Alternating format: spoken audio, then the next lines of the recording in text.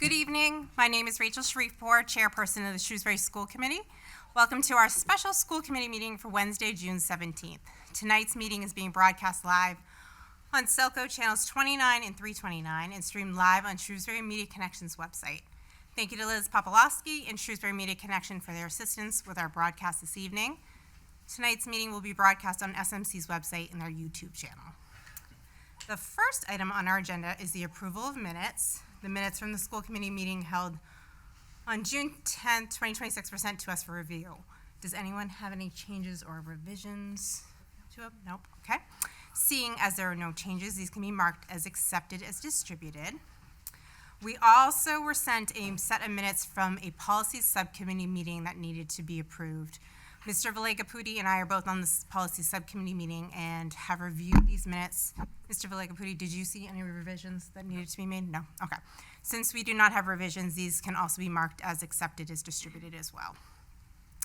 The next item on the agenda is under Finance and Operations, and it is a vote on fiscal year 26 stipend adjustments. Dr. Sawyer. Thank you.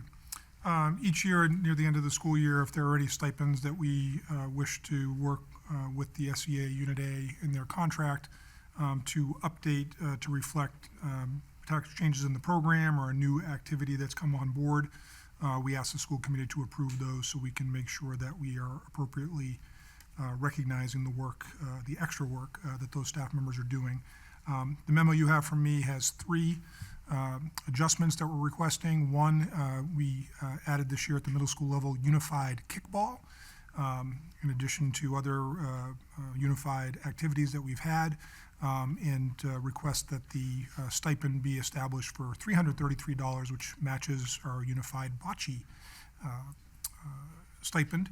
The Unified program, for those who don't know, is connected with Special Olympics. It's a wonderful program that connects students with and without disabilities in different athletics or social events in schools, school-wide. We are very proud that Shrewsbury Public Schools as a district is recognized by Special Olympics as a Unified Champion School District, and all 9 of our schools individually are recognized as Unified Champion Schools. And I want to again thank Ms. Balsito and her team for bringing that programming forward a number of years ago. Our students benefit greatly, and we were happy to add kickball as another activity in Unified this year.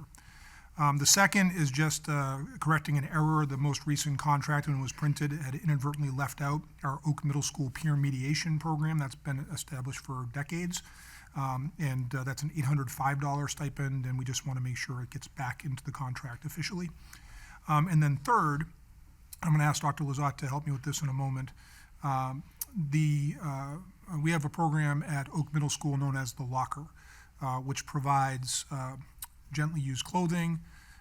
It provides various products that families would be using, and for families who are struggling in different ways economically.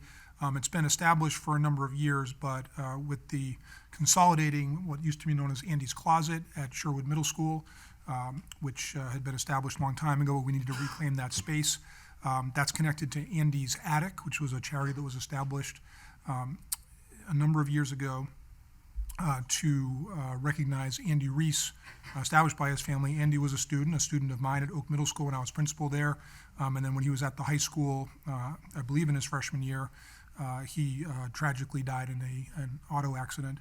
Andy was a member of the state champion golf team, which was coached by P.J. O'Connell at the time. And he was known for having friends across all different groups, and he was particularly sensitive to friends who may have been economically was difficult for them to wear what teenagers would perceive to be fashionable clothing. So his family established that as a way for students to be able to afford those things.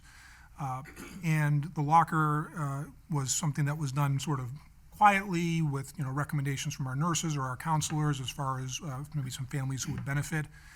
But the folks who have been running it the last couple of years have just brought it to a whole new level. And I'm hoping Dr. Lazat can talk a little bit about what they've done in this past year in particular to make that more accessible to more families. Sure. Sarah Powers and Swarna Mudinti, 2 members of the Oak staff. Sarah, special education teacher, and Swarna, a para educator.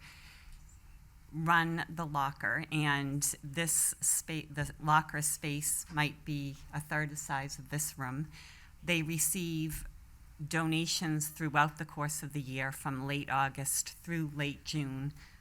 Clothing, shoes, boots, all sizes from infant through the largest of sizes for all age groups. And families will submit requests throughout the year. I'm seeking 3-size medium women's sweaters, 2 pairs of boots, size 7 for my sons, etc.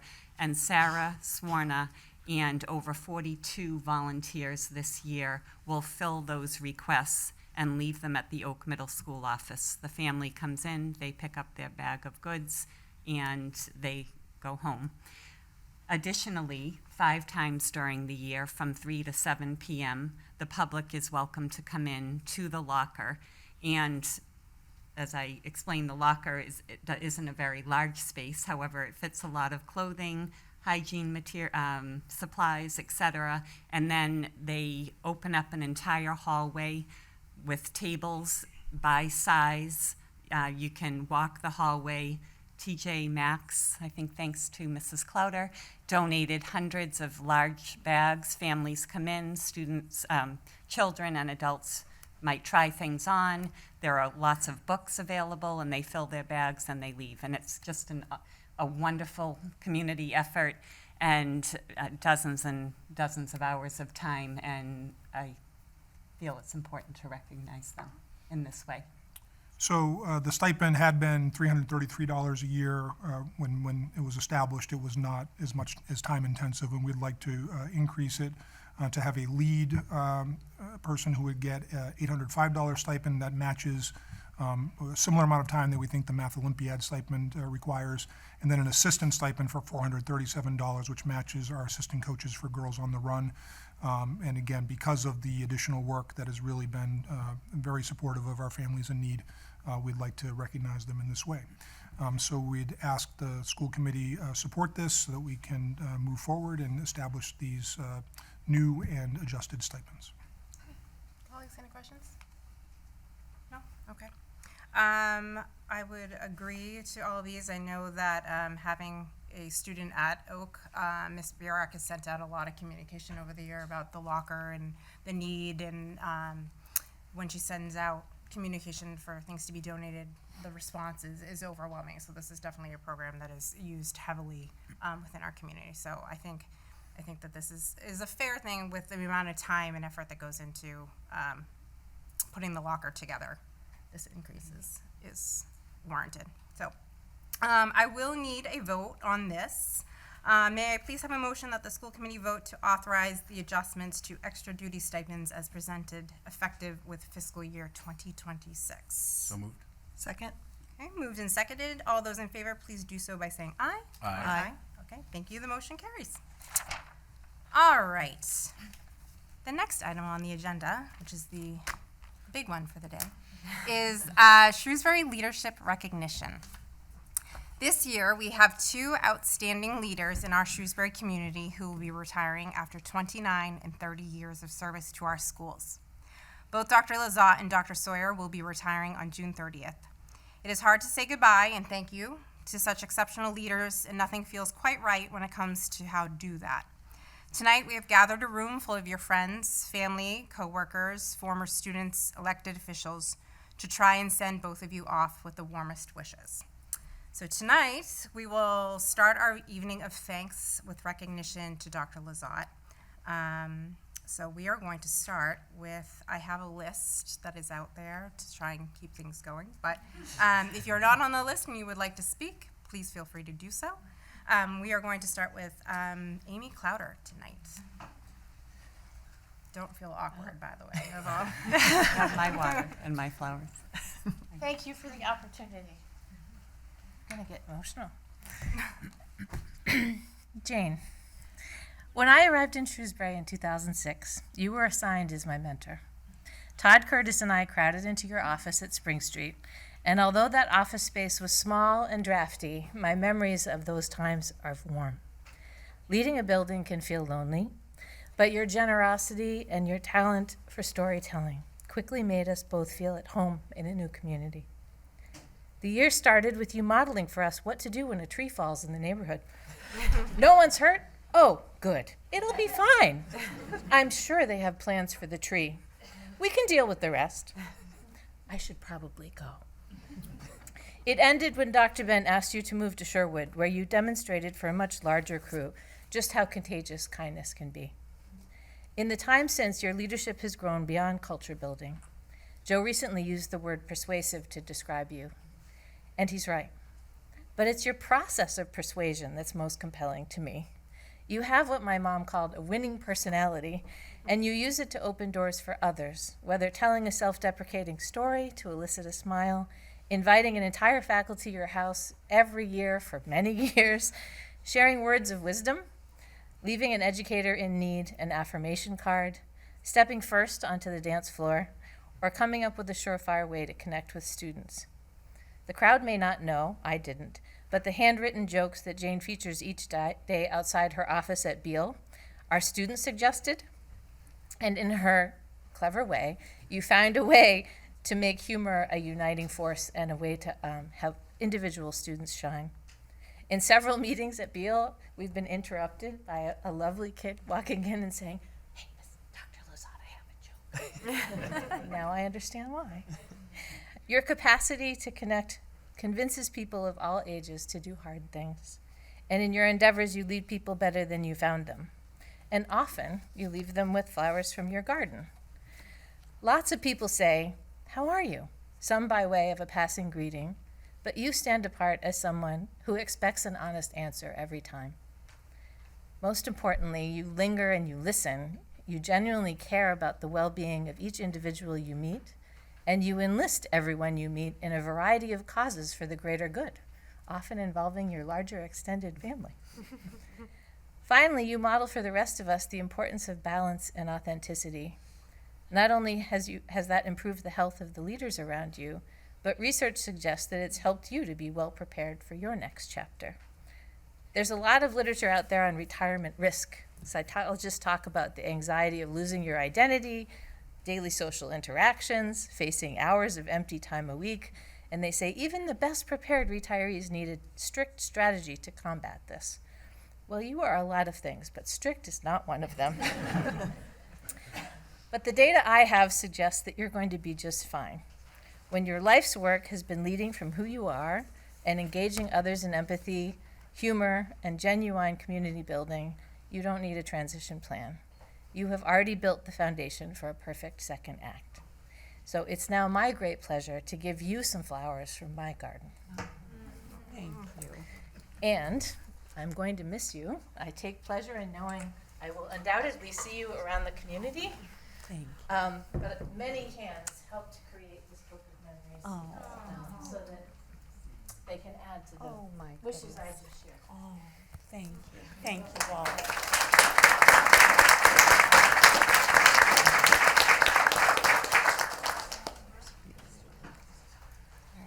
Amy, did you want to do the video, or did you want to wait till the end? I'll do it right now. Okay, not to put you back on the spot.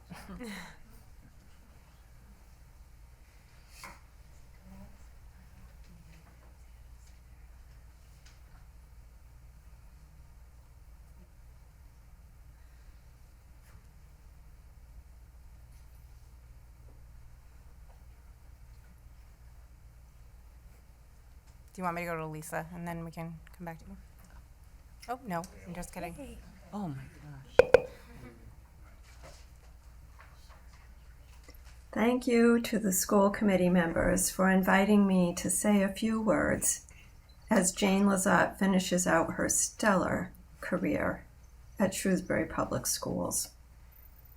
I hope you all know that I would be there in person, but today is my mother's 100th birthday, and we have long-standing plans to celebrate that. As an architect at LPAA, I had the pleasure to work with your community as many of the schools were developed.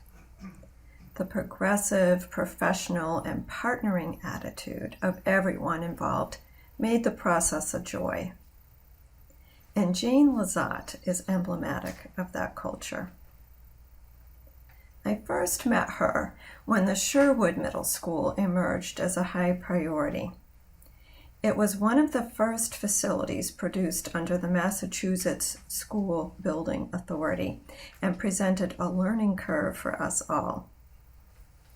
As principal for Sherwood, Jane greeted the challenge of a new project with enthusiasm and seemingly unbounded energy. I can't imagine her postgraduate degrees prepared her for the complexity and additional workload of what lay ahead for her, but her positive attitude was unflagging and infectious. Jane's natural affinity for teaching children shines through in everything she does. But I was impressed with the way she handled staff meetings by treating everyone with respect, listening with compassion, and clearly outlining what would happen next. This approach was enlightening to me, and I used her example to guide my own leadership style, and this has made all the difference. When Jane was promoted to Assistant Superintendent of Community Partnerships and Well-Being, I thought it was a brilliant move. As a community, Shrewsbury deserved all that Jane would be able to bring to the position, and she was destined to excel at the new challenge. I also had the opportunity to witness Jane's deep love for her family and longtime friends. Her dedication to the Boston Marathon and the turkey trot from memory were something that I admired wistfully as she wove them into her life with seeming ease. Jane, I wish you all the best as you move into the next chapter of your life. If you approach it as you have your education career, you are bound to find a redeeming, bright, and exciting future, which is so well deserved. Thank you.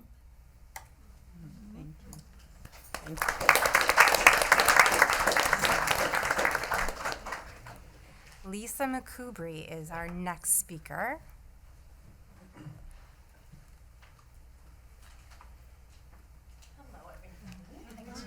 Hi, Lisa.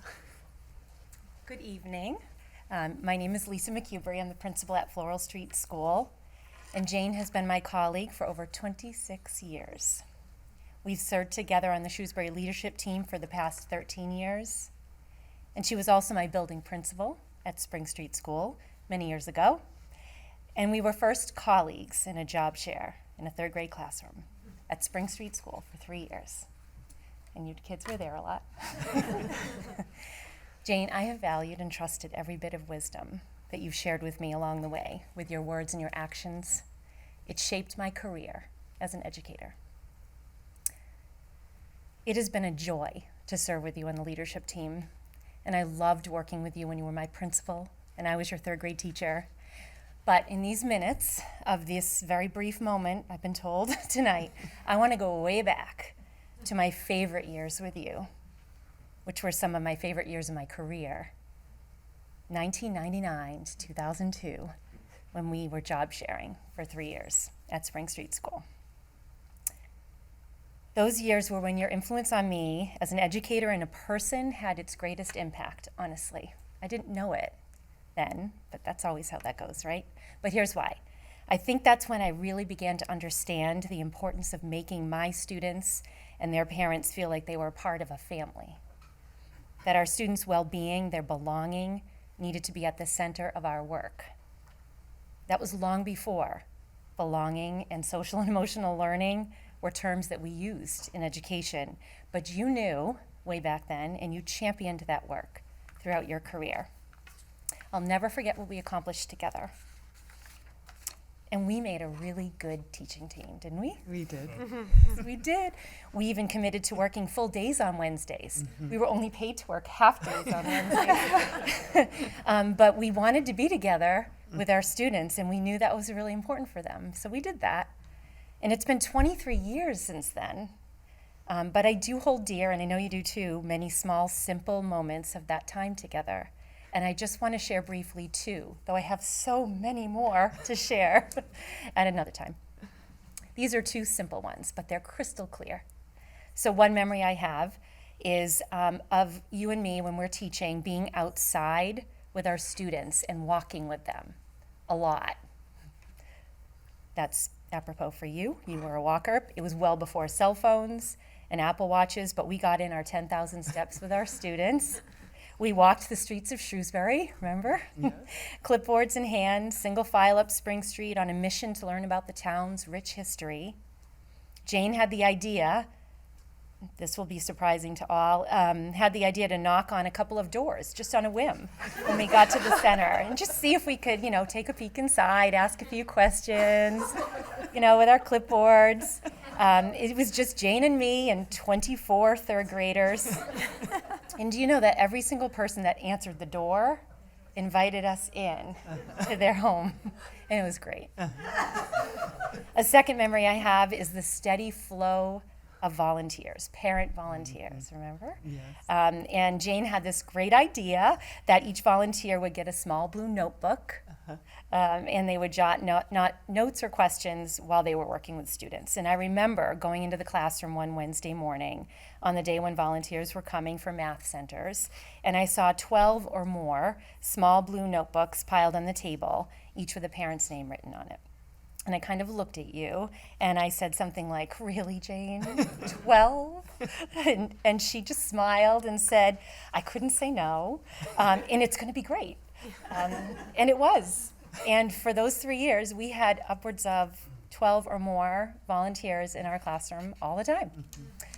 Parents felt that strong sense of belonging, too, and that was important. Our class was a family each of the 3 years. And when our job share came to an end, my students' well-being and sense of belonging remain the core of my work, just as it has always been the core of your work. Jane, I would never have guessed that our adventures would unfold the way they did since those precious 3 years. I'll always remember you encouraging me to go for new opportunities and new leadership roles, and you would say, "You can do this, you'll be great." Thank you for believing in me and for inspiring me. And I know that you brought that same faith and spirit and inspiration in your relationships with people in this room, people who are watching, and it's really been a gift. You were first my colleague. You are forever my friend. I loved teaching with you. I loved leading with you. Congratulations on a remarkable career. And you and I will walk our grandchildren in Dean Park a lot. Congratulations. Thank you.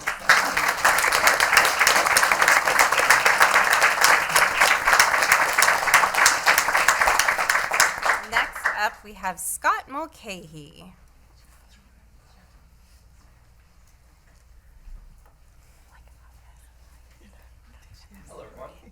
Hello. Dr. Lazat, Jane, pal. We first met about 11 years ago when I applied to be Jane's assistant principal at Sherwood. Now, I can't remember if you hired me for that position or not, but what I remember most about that process, though, is the follow-up phone call and the back-and-forth email exchange.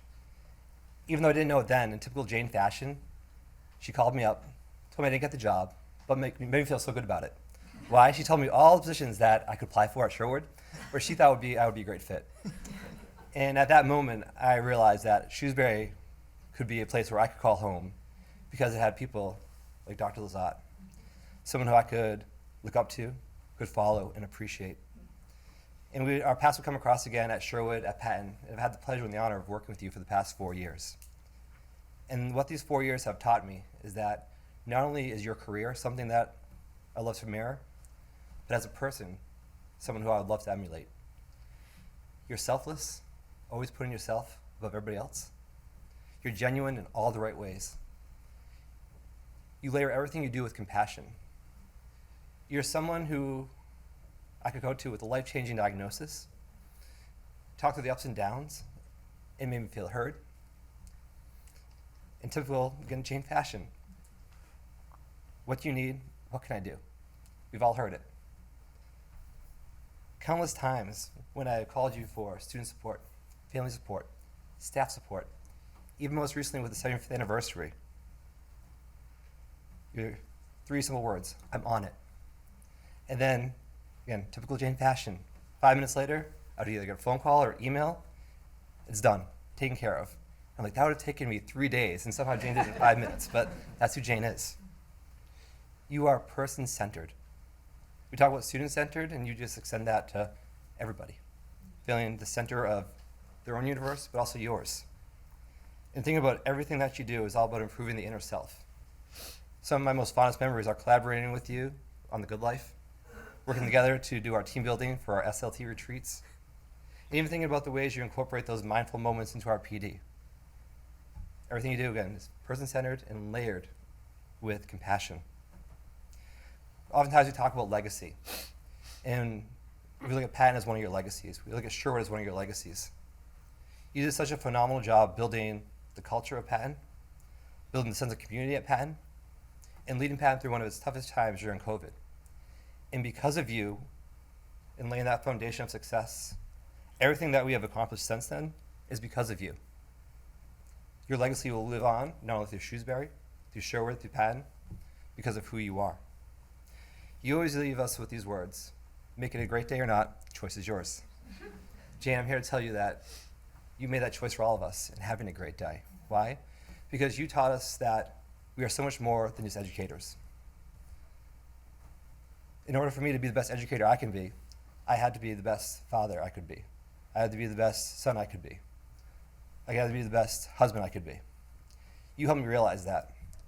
And you always brought it all together into that center self. Thank you for inspiring me to be the best administrator I can be, by being the best person I can be. I think all of us feel here that that is true because of who you are and all the things that you help us to inspire to be. So thank you, Jane. We love you. You're going to do amazing things, but please know that your legacy lives on through all of us, your family, through Patton, through Sherwood, and the entire Shrewsbury community. Thank you.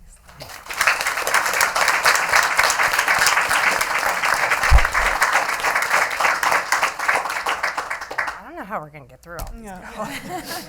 The next up is Michael Hale. Excuse me, Michael Hale.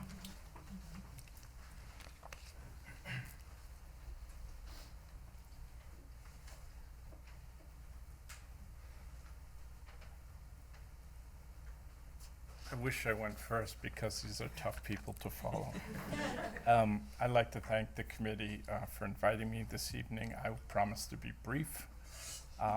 I don't think anyone can top the comments made last night by the 3 Sawyer siblings at Joe's retirement gathering, so I have that to judge myself against as well. I have known Jane in a capacity working both in this building for 3 decades when I was here and in my time working on community improvement projects through my position at the Shrewsbury Federal Credit Union, which I have served for 4 years since retiring.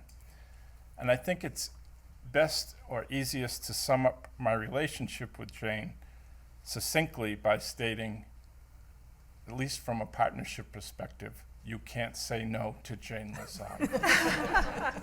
So we always found a way to work something because she came forward with such great ideas and proposals. From a distance, I marveled at her grace, her empathy with students of all ages throughout the district, her patience, her great listening skills, and her driving dedication for both personal and professional excellence. And when I say that, I think about, last night she made a comment. She raised 4 children, she ran a school, she wrote a dissertation, and trained for a marathon all at once. Who can do that? Jane can. So to that, I give her immense credit. I'll just share a couple brief stories with you. We've been involved in some interesting, one fun and maybe one more rewarding from my perspective. I'll share a fun story with you. A few years ago, Meg and Jane and I invited them to go visit Babs Donahue, a cherished local philanthropist who at the time was probably 96 or 97. And she just turned 100 in April. And so we went to visit Babs to talk about possibly funding an initiative that was needed at Maple and Main, which was just off the ground.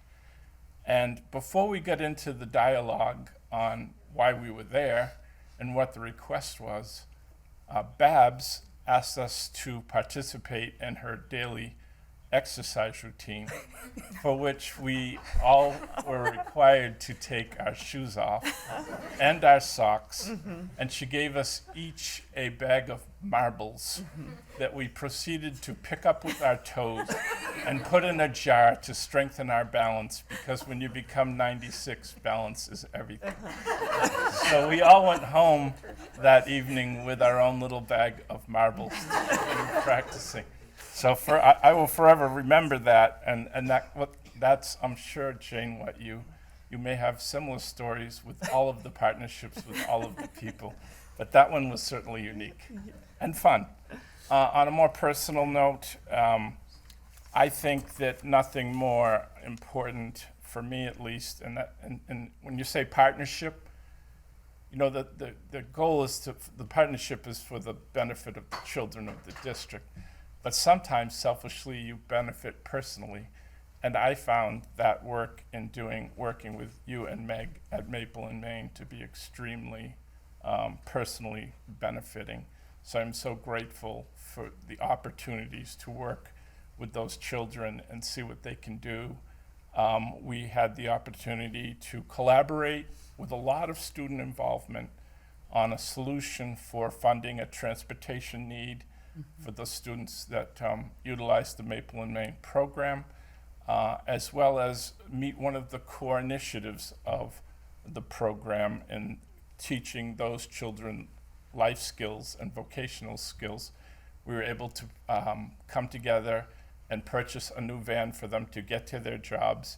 But the creative part was the adoption or inclusion of an ice cream cart that they can use to learn critical job skills in the community, going to different community events. So to me, that was a lot of fun. You made it a lot of fun. You brought me into it. It was truly a partnership, and that's really what this work and the position that was created for you has benefited the children so much, and you were the poster child for getting it run correctly.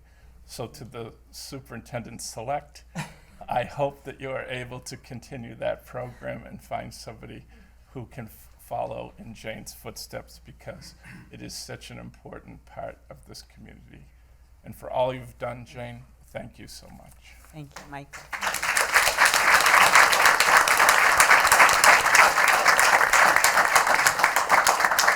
Next up, we have Dr. Sawyer.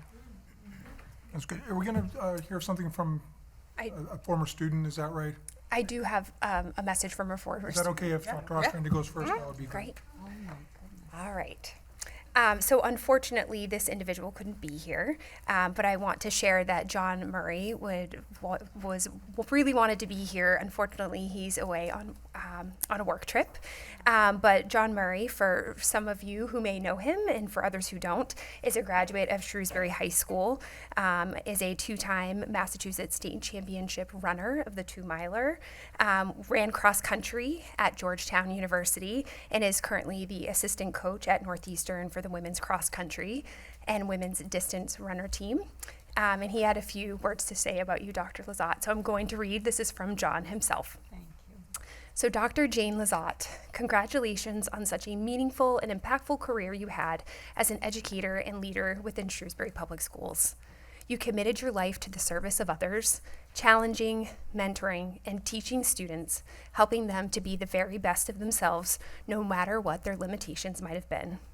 Your commitment to educating the whole person and individualizing the needs of each student, given what they needed to succeed, is what made you a special educator, mentor, and leader.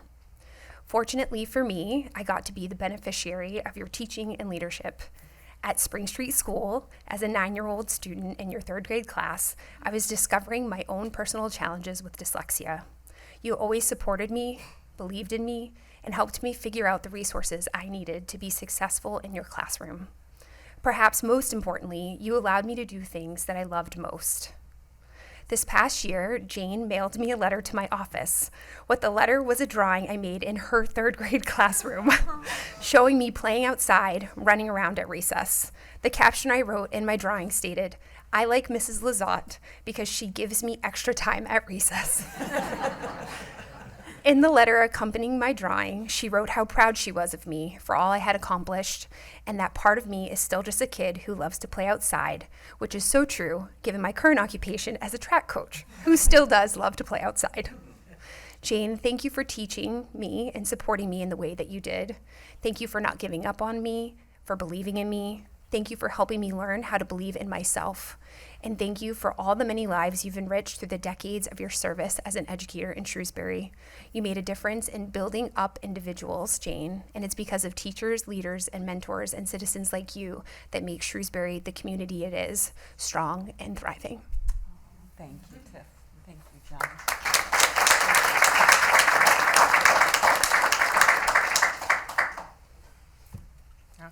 So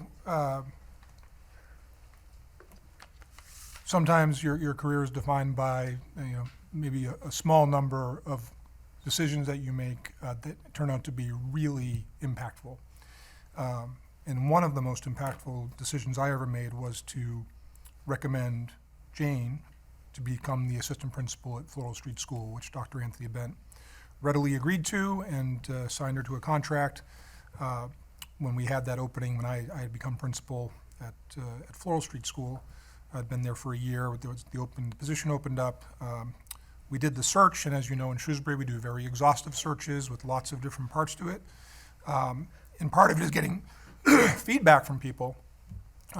It's going to not only an interview, but it's a public forum with the faculty and staff.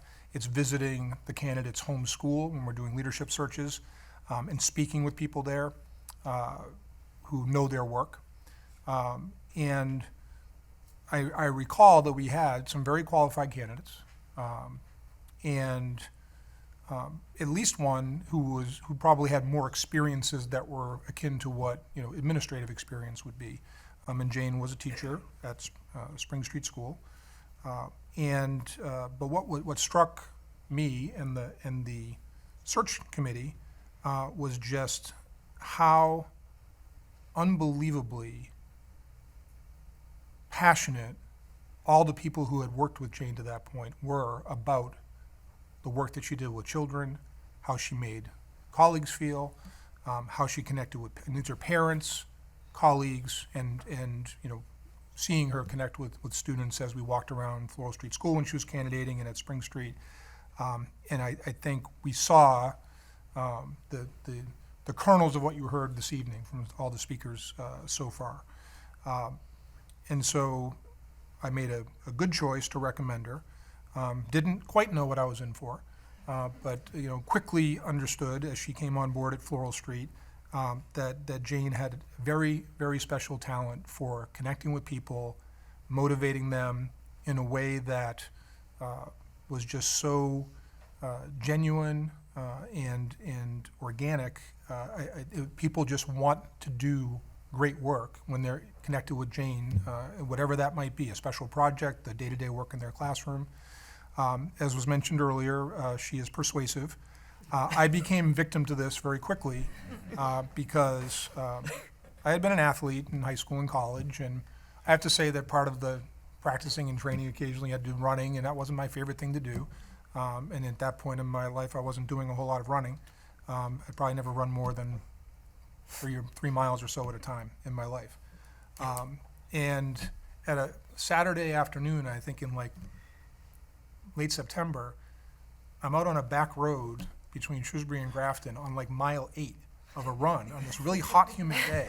And I thought to myself, why am I doing this? And I realized it's because Jane had said, hey, we're going to run, a bunch of us are going to run the Boston Half Marathon. It's in October, and you should do it. And I said, I've not run more than 3 miles in my life, and why would I want to do that? I don't like running. She's like, it's enjoyable. I think we said we were going to go out and celebrate afterwards. It's going to be great. And all of a sudden, it's like, wow, that sounds like a really cool thing. I said, but it's like, so how do I mean, I just can't go out and run through. It's so simple. Every morning you go out and run 2 miles, and then you do a long run on the weekend, and you'll be ready. And there I was, like on mile 8 saying, this is crazy that I'm doing this. It turned out to be very enjoyable. I ended up running about 5 or 6 half marathons. Lots of other people were convinced to do the same thing. It's like a little bit of a cult, as you all can recognize this. And really did enjoy that. Now, the fact that I now have 2 artificial hips, unfortunately, it came with the bargain a little bit. I wasn't built to be a runner like John Murray was. But to me, it was a microcosm of how sort of the Pied Piper effect that Jane has. Whatever that initiative happened to be. She's impacted so many people in so many different schools, and now at the last few years at the district level, and is leaving an incredible legacy, as so many of you talked about. When I had the good fortune to work with her as a colleague when she became principal at Spring Street School, and I was a principal as well, and then when I became superintendent, she had become principal at Sherwood. Dr. Bent had the good sense to move her there and rebuild a culture and climate that needed that at the time into one of the strongest climates and cultures of any school anywhere. And was there a dozen years and did incredible work to get that school built. Do you remember the number? How many tours did you give, Jane? Over 100. Like over 100 tours of the old Sherwood building. Any community member who wanted to come and see it, and so she could point out all its deficiencies, and at the same time provide a vision for what things would be like if we built this new middle school for our students. And I am quite convinced that our community, we had a great team of people working on it, but Jane was instrumental in making sure that our community came out and supported that project, and we have a wonderful award-winning school as a result. But what she did with the people and the students in that building far surpassed how wonderful that new school building was. And then from there, we created this position, and I was hopeful that Jane would be interested in it because it played to her strengths. Kind of a unicorn position of assistant superintendent for community partnerships and well-being. And she found a way to combine those things. But not only she was ahead of her time, as Lisa said, in terms of wanting to make sure that our students' social and emotional learning was paramount, and that you can't, and Jane has very high standards for academic learning, but recognizes that you do not get great results with academic learning unless you're attending to the whole child, and that you're meeting their needs. The letter from John is such a great example of that.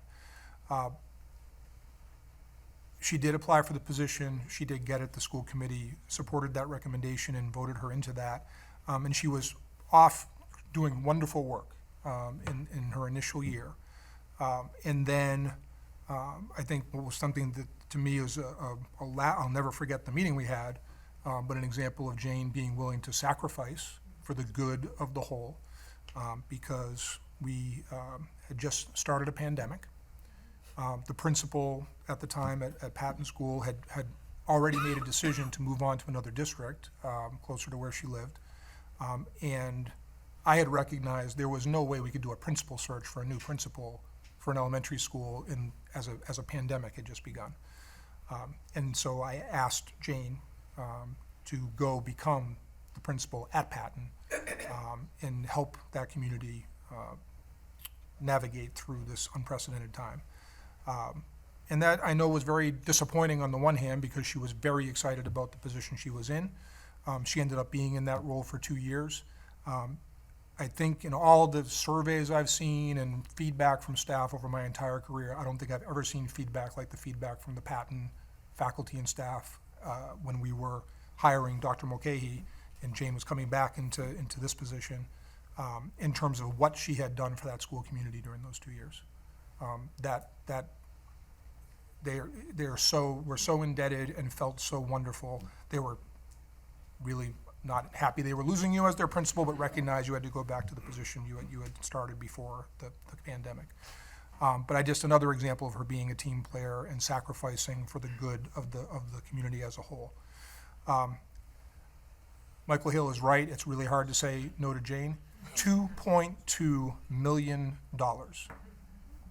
in 7 years, 2 of which she was really the patent principal. So really more like 5 years of work as the assistant superintendent for community partnerships and well-being through philanthropic gifts, sponsorships by local businesses, grants. And I know the school committee has appreciated that. Another thing that came along that was unexpected is that we lost access for most of our students to the Assabet Valley Technical High School. We needed to develop some in-house, in-district career technical education opportunities. Jane became a point person on that, embraced the work, helped us build the opportunities along with the high school leadership but we got lots of financial support for that otherwise it would have been hard to get those things started. They would not have started up the way they did. We wouldn't have the programming. The other day I was leaving the high school auditorium. It was exam day, it was a half day, but there were some kids who had who were still at school studying, and they were in our biomedical course and our biomedical pathway. It was 4 freshman boys, and I just asked them, how's that going? What's it like? All 4 of them aspire to be in a medical career. All 4 of them loved the course. All 4 of them were excited about the project they were putting together for their final. And that probably just wouldn't have been happening if it hadn't been, again, for Jane and the contributions that she's made. I am so fortunate to have worked with you and to be able to call you my colleague and friend, and I just will be always grateful for everything you've done for the district, especially for our students, but for our entire community, and certainly for me over the years. So thank you. Thank you.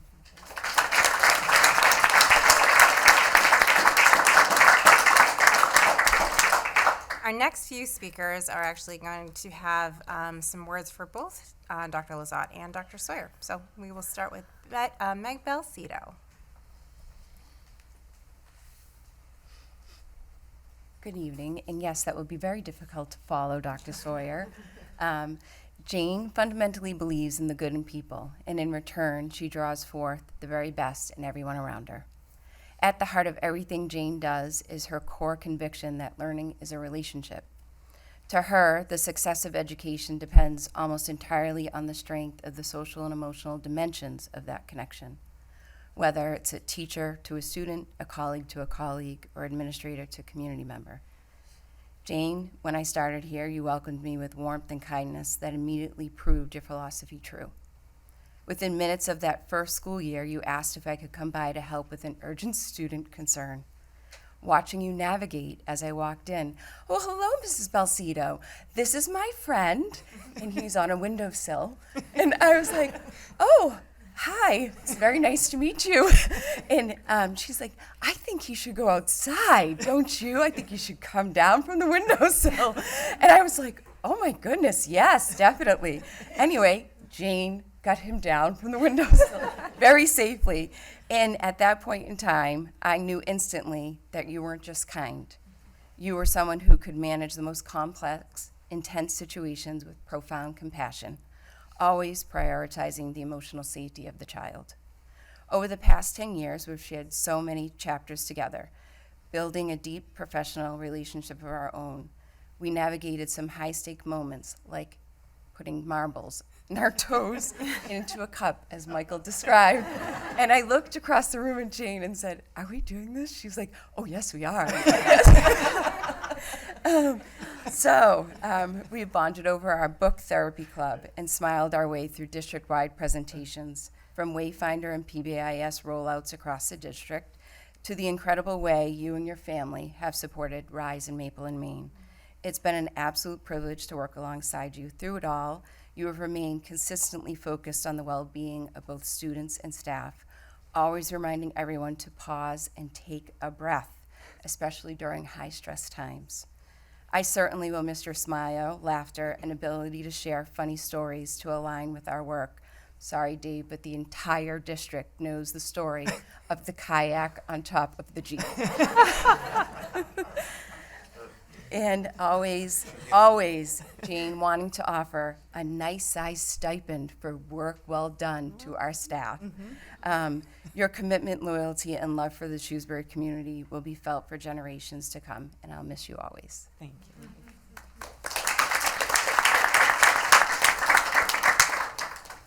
So, In 2016, my family moved to Shrewsbury. At the time, I had been working in another district for a couple of decades and wasn't necessarily looking for a change. However, a dear friend who lives in town happened to read one of Joe's communications and sent me a text that read, "Hey, isn't this what you do?" The email was about a position open for the Director of Special Education. After researching the district online and knowing I had always enjoyed working and living in my home community, I decided to apply. 10 years later, I'm still thankful for the text message from my dear friend and immensely grateful for the opportunity to have worked alongside you, Joe. Our Student Services team is deeply appreciative of your unwavering support and advocacy for all students. From creating specialized programs based on students' needs, like the RISE program, the Therapeutic Learning Program, our co-teaching, to expanding our clinical department by adding adjustment counselors, BCBAs when we needed it most, and leadership roles. You were with us every step of the way, encouraging, caring, and always a thoughtful presence. You have championed everyone by celebrating whole school engagement, student leadership, and unified activities in every building. Transforming Shrewsbury into a unified champion school district will always be a proud testament to your philosophy of inclusion, serving as a model for educators and community members alike. And while it's true we discuss processes, procedures, under the regulations, tiered focus monitoring, legal guidance, and we talk about the budget a lot, doing what is best for students has always been the true hallmark of your leadership. I would be remiss if I didn't publicly acknowledge how you've always answered my call. Sometimes those calls carried heart-wrenching news of a student or a family in crisis, or struggling with unthinkable tragedies like terminal illness. I even remember calling you on your vacation regarding a student concern and literally hearing the ocean waves crashing in the background.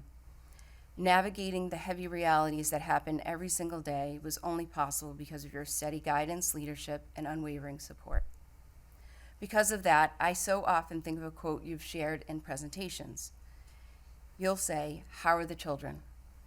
That famous phrase originates as a traditional greeting among the Maasai people of East Africa. Traditionally, Maasai warriors would greet each other this way because they believed the well-being of the next generation was the ultimate measure of a community's success. When the response came back, "All the children are well," it's meant that peace and safety prevailed and the most vulnerable were protected and society was functioning properly.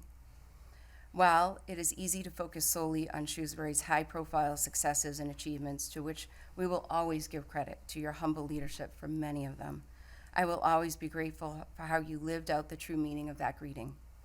Thank you for your deliberate effort to listen for all students and to ensure that in our community, each and every child is well. I will miss working with you and know that we will do our best to make sure we can say when we see you, since we hope you will be visiting Maple and Maine especially, when you ask how are the children, we hope we can say all the children are well. Thank you, and I will miss our time together.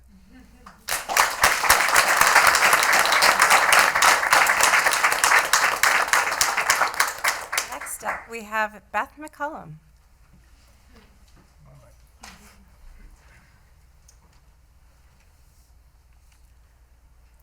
While I was trying to craft a brief set of remarks that would properly recognize the accomplishments of Dr. Joseph Sawyer and Dr. Jane Lazat as they retire, I kept asking myself how it would be possible to acknowledge the incredible breadth and depth of their contributions to our district. The answer that routinely came back was that it wasn't possible. Then I remembered that Dr. Sawyer, who has a Bachelor of Arts in American History, is a Civil War buff, and I drew inspiration from an address associated with that war that some here may be familiar with. It seemed the outline for a speech had already been written and simply needed some modifications from me. 109 years ago, our district brought Joe to Shrewsbury Public Schools as a new assistant principal, who subsequently, as superintendent, has been dedicated to the mission that our schools, in partnership with the community, will provide students with the skills and knowledge for the 21st century, an appreciation of our democratic tradition, and the desire to continue to learn throughout life.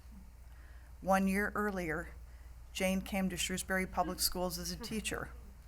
Jane went on to become the district's first assistant superintendent for community partnerships and well-being, committed to developing partnerships with community stakeholders and supporting students and staff with social emotional learning and well-being opportunities. We meet here tonight to celebrate Joe and Jane as they retire, and it is fitting and proper that we do this. But in a larger sense, we cannot adequately acknowledge their contributions in a single evening of remarks. The community will little note nor long remember what we say in this meeting tonight, but it can never forget the incredible work that Joe and Jane did here. It will be up to us to continue the work they, in partnership with students, staff, the school committee, municipal partners, and the entire Shrewsbury community, have so nobly advanced around initiatives including the district's Portrait of a Graduate and strategic priorities, its new schools and school renovations, the RISE program, and career technical education, to name just a very few. It's now for us to take continued devotion to these great tasks before us, to highly resolve that their work will carry on, and to ensure that this district, under Superintendent-elect Dr. Tiffany Ostrander, will build on the district's commitments to educational excellence, enhanced well-being of all, and optimization of resources, and will continue to provide all Shrewsbury Public School students with access to exceptional educational experiences. I wish you both joy every day in your retirements. Thank you, Beth.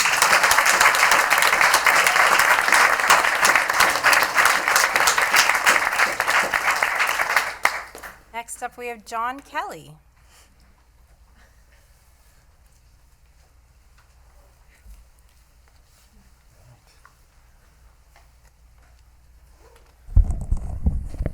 All right, good evening, everyone. Thank you for letting me speak tonight. I've had the privilege of serving as principal of Sherwood Middle School for the past 7 years, and it's an honor and a privilege to be here tonight on behalf of Sherwood Middle School to celebrate two extraordinary leaders in Dr. Jane Lizotte and Dr. Joe Sawyer.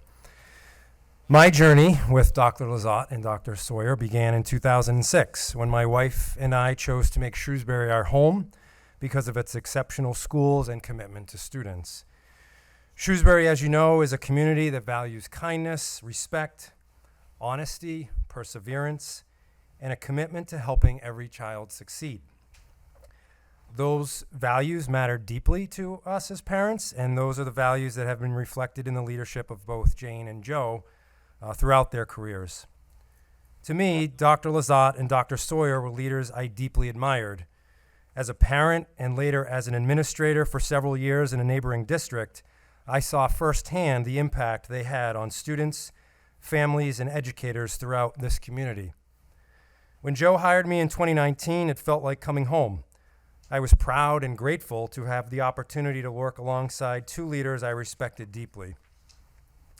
Before I became principal of Sherwood, I knew Jane as the principal of my own children, who cared deeply about every child and us parents.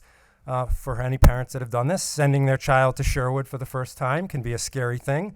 And I can remember dropping off my son Cam and seeing her standing there in the lobby with her smiling face. And, you know, that feeling as a parent of how that felt, that kindness and care, I can't say enough about, you know, the impact that had on me.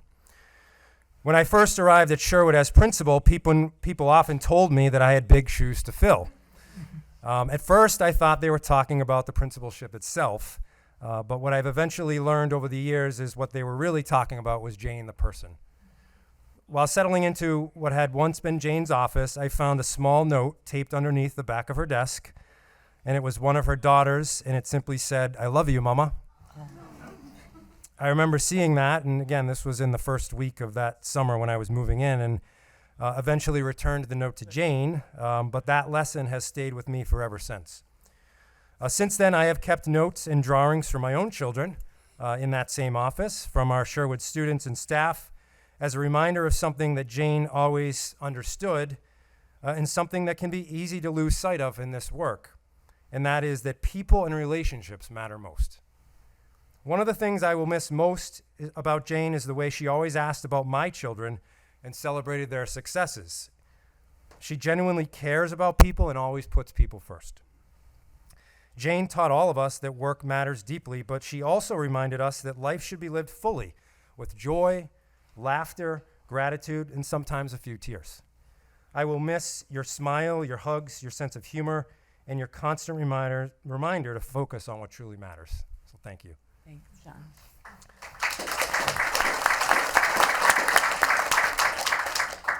Before I became principal, I knew Joe as the superintendent of my children's school district. A few months after I joined Shrewsbury, COVID arrived. Like many school leaders, I felt overwhelmed and uncertain. Through it all, Joe remained calm, thoughtful, and focused. That steady leadership helped guide not only me, but our entire district through an incredible, difficult chapter. Beyond that, I will miss the conversations. I will miss talking history, which I also have a love of, Boston sports, our families, and celebrating their successes. Joe, I will miss your thoughtful advice and the confidence that came from knowing you were always willing to listen. What I've come most to appreciate about Joe is his leadership. The superintendent's job is far more demanding than most people realize, and I certainly have no knowledge of that. But through it all, Joe never lost sight of what mattered most, doing what is best for students. Joe has also pushed me to become a better leader. There were plenty of times when I wanted him, and believe me, plenty of times, when I wanted him to simply give me the answer. Instead, he had a way of asking questions, challenging my thinking, and helping me to find the answer myself. Looking back, that may be one of the greatest gifts he's given me. The easy thing to do would have been to provide me the answer. The harder thing to do was to let me make mistakes, learn from them, and guide me through the process. Thank you, Joe. Thank you for taking that approach. You've helped me grow as a leader and as a person in more ways than you know. One of my favorite memories happened during one of our monthly leadership visits. Joe and I were walking through Floral Street School, and one morning we stopped into a classroom, and I asked the student, "Do you know who this is?" And without hesitation, the student confidently replied, "Yes, that's Dr. Seuss." Got the doctor right, just not the... I think it was during Read Across America month, and that's not your fault, Lisa. So, on a personal note, walking through schools with Joe is one of the few times in my life that I generally feel short. Students are always telling me how tall I am, but the second Joe walked into the room, I immediately became the short guy. As a parent, there was also a tradition in the Kelly house. Whenever snow appeared in the forecast, the question was never, will we have school tomorrow? The question was always, hey, Dad, has Joe said anything yet? Figuring that I had the inside track. My son Cam, who just recently graduated, a member of the class of 2026, was especially appreciative of this year's 6 snow days and specifically asked me to thank you tonight. Jane and Joe, your legacy is not simply the programs you led or the decisions you made. It lives in the people you mentored, the students you inspired, and the relationships that you have built. Nearly 20 years ago, my wife and I came to Shrewsbury because of its schools. We've stayed because of its people. Jane and Joe, you are a big part of that story. On behalf of the Sherwood Middle School community, thank you for your leadership, your friendship, your kindness, and your unwavering commitment to the students, families, and staff of Shrewsbury Public Schools. Congratulations, and thank you, and best wishes for a long, healthy, and well-deserved retirement. Thanks.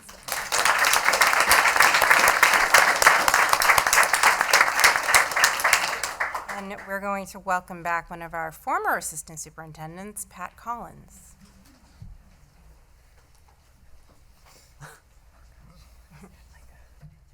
Wow, this is really incredible. It kind of feels almost like a little bit like a wake, a little bit. And I'm wondering if in the other room, is there like food and drink and stuff like that? Or then we got this incredible riff on the Gettysburg Address. Oh, God. I don't know. But anyway, I'll just make a few comments here. And first, I started in the district in 1996. And we were working at that time on the other side of the building, the central office. And I started in 96. The Floral Street School was just about to open the next fall. So we were looking for an assistant principal.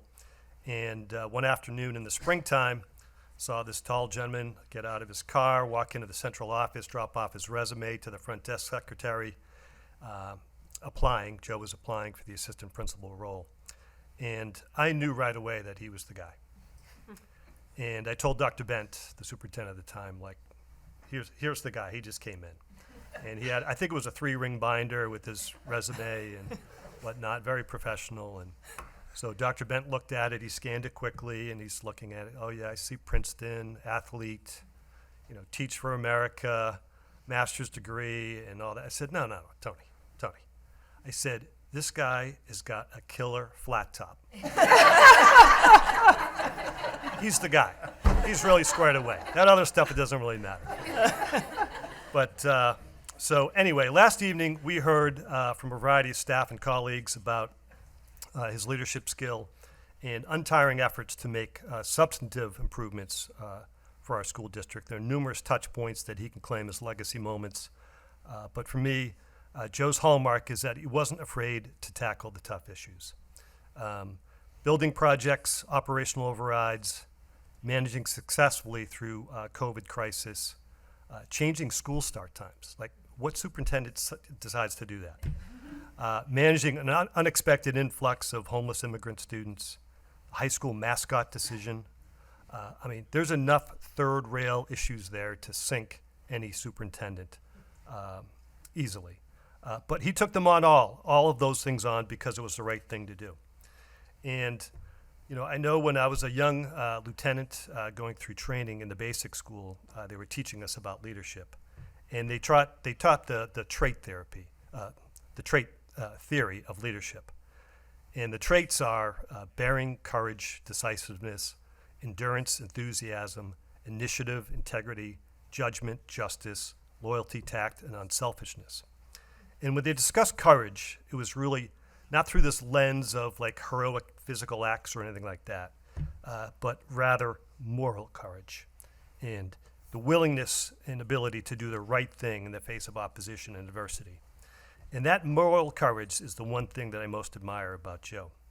Because going into those situations that I just mentioned, that there's going to be a group or segment of people who disagree or push back or sometimes do worse things.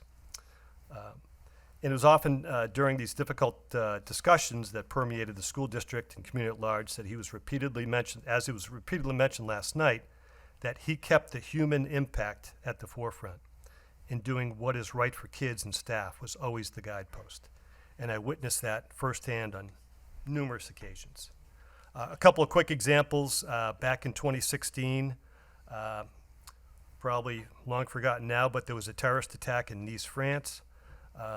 We had a high school trip planned for that summer to go to France, about 20 students and school chaperones. The trip was exclusively financed by the parents, but it was sponsored and organized by the high school.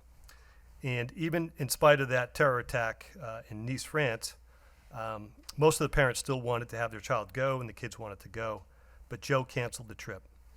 And it was not an easy thing to do. And he didn't do it from his office or write an email or have the high school principal do it, which would have been the easy way out. He went to the high school and met face to face with a lot of highly disappointed parents, and that took a lot of courage. On another occasion, when we experienced the most recent influx of immigrant students, the majority were temporarily housed at the Days Inn on Route 9, and it created a host of challenges for us as a district, like class sizes, language barriers, transportation, feeding. But he was adamant that we would welcome each one of those families and students and meet our legal and moral imperative to provide the best education possible while they were here. He took the time out of his day to go up to the Days Inn and with a gathering of parents in the parking lot and let them know that as superintendent, he had their backs. That's the kind of leader Joe is. I'm personally grateful that Joe hired me back to the district after an 8-year hiatus working elsewhere. It gave me an opportunity to not only work for my hometown again, but also be closer to my dad, who was declining in health at the time. My dad was also appreciative that in his final months, as he was homebound, Joe took the time to grab some sandwiches and have a lunch visit at my dad's condo. That's the kind of person Jo is. So, in appreciation, and since I'm an experienced retiree, you get a lot to learn. I have a few quick tips for you for the old retired administrators with the Flat Top Club. Tip number one is Mondays down the street here at Dunk's at 10 o'clock, it's coffee with the boys. That's where we solve all the town and school problems, so you're welcome to join us. Tip number two, grocery shopping Tuesday mornings at Market Basket is the bomb. You breeze right through. It's awesome. Tip number three, every other Wednesday night, just like tonight at 7 o'clock when you're at home this fall, turn on SETV. Watch this chair gavel the meeting to order, then quickly hit the Netflix button. Watch an old movie. Anything but Flicka. Way too sad. Tip number four, Thursday mornings between 8 and 9, take the dog for a walk down Maple Ave, all those yellow buses cruising down hurriedly, some of them probably late. Just smile and wave at the kids. Not a care in the world. And tip number five, never try to play pickleball at the Y on a rainy Friday. It's a zoo. Lastly, reserve Sunday and Saturday, the weekend, which will now become unencumbered time with Lawrence. You've both earned it and deserve that. So good luck, Jo. Congratulations and thank you.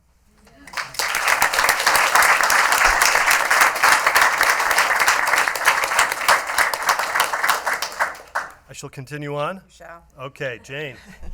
Well, Jane and I have been friends for over 45 years. It's incredible, since I'm only 43. But it really is remarkable to me that to have a friendship for that long. But honestly, I think Jane, as was kind of referenced earlier, can say that about many, many people in her life, because she's lived a life fostering relationships with family, friends, coworkers, and students. By the way, I'm not sure it wasn't mentioned that John Murray, the student, talk about fostering relationships with students, despite his dyslexia and learning issues, went on to become a graduate at Georgetown University. Quite a success. But our lives have been uniquely intertwined as friends, work colleagues, which has been a real gift. And our families and children have grown together, as my wife Andrea did daycare for Jo, Elena, and Anna. And I'm not sure how Katie got away. But if you ever need daycare, want to come over, just hang out with Andrea. But the hallmark, or not so secret ingredient to her success, was that common through line of bringing people together and fostering positive relationships. It's an innate ability, likely an attribute she acquired from her parents growing up in a family of 10. And in the context of my prior comments and the 14 leadership traits, I'm not going to repeat them again, but I would say that the two that are her strength are unselfishness and endurance. And we've already heard about those things tonight, and I'll talk a little bit more about that. But I was going to offer a few high school anecdotes since we graduated high school together. These are secrets that I've kept in the vault. Could have sunk your career at any singular moment. All right. But as her husband Dave and several others were trying unsuccessfully to plan a retirement party for Jane, her sister Joyce O'Connor Davidson wrote a wonderful message about her, and I want to read an excerpt of that. And these are Joyce's words. Jane's connection to Shrewsbury is not simply professional. It is personal, and it is deep. She attended kindergarten at Patton School in September 1970. Shrewsbury shaped her, and she has spent her adult life giving that gift back. Her career in education spans more than 38 years, beginning in a third grade classroom at St. Anthony's School in Somerville. She returned to Shrewsbury in '96 with her husband and children, joining the faculty at Patton, and what followed was a remarkable career through every level of school leadership. Across, and this is the key part, I think, across every role, she brought the same animating belief that the work is not about any one person, but about we, As she said, as Jane said, upon announcing her retirement, "It's not about me, it's about we." And the we, as we all know, is critical to life, to love, to happiness. Those were, I thought, were great words by Joyce, and clearly that's the unselfishness trait that I referenced earlier. And by the way, you can often see the O'Connor sisters, Jane, Joyce, Mo, Ellen, and sometimes Tom, doing their Sunday morning sister walk around town, which is, again, just another living example of fostering enduring relationships. As others have mentioned, there's a certain aura about Jane, and it's funny because having somewhat kind of a plain, unassuming name, Jane, but such a bright-eyed, colorful person. All those close to her and some from afar may not know her as well, can come away with a similar impression that she's some sort of fictional female action hero, like in a comic book. As was referenced before, a highly respected teacher and administrator, raising 4 wonderful children, running over 25 marathons, numerous half marathons, completing a doctoral program during the evening and weekends while maintaining a full-time job and raising a family, and then creating in partnership with Dave and her siblings the Turkey Trot for the Memory Road Race, which has become a Shrewsbury tradition. That event and that organization has grown into a legit nonprofit organization. And of course, Jane is the president. TTFM has raised over $500,000 for Alzheimer's research in sponsorship of the Memory Cafe at the Shrewsbury Public Library for those suffering from the disease. And as Joe mentioned, and as was referenced before, she's raised over $2.2 million in private donations for this school district. So it reads like an action hero fiction story, but it's all true. And by the way, we did do several marathons together, of course, and many training runs. And in terms of endurance, that leadership trait of endurance, both more importantly mental endurance, but also physical endurance, she has got grit for sure. And I specifically remember one run, and I'm sure you don't remember this, but we're running down Walnut Street towards Route 9. And as she often does, is she was just pushing the pace. And I'm gassed. And I'm thinking, like, in my brain, when is she going to let up here? When is she going to, like, slow down and, give me a break here? But I couldn't say anything because at the time, she was like 5 months pregnant with Anna. Maybe that's why I became a fitness instructor. But she not only has the grit in the face of adversity, she also what seems like an unending well of hope and optimism. And she lives her life like an endurance event. She just keeps going. She's very thoughtful and giving person and loves bringing people together. She's always the one that brings the food to the meeting or opens her home to friends on the holidays. And it's the little things that count for staff or friends alike. And I don't think anybody really knows this, but for years, she has periodically giving me hand-me-down clothes from Joe. Yes. I know I need help with my wardrobe, but those clothes have been just quite a gift. The green quarter zip polo, that's my favorite. I wear that all the time. I feel like his little brother. I get his hand-me-down clothes if they don't fit him or he outgrew them. But it is those little things. And in all sincerity, if the little things count, then she does a whole lot of little things that count. And her staff and friends see that every day. People keep asking what's next to her, and some projecting their own ideas about what she ought to do and whatnot. And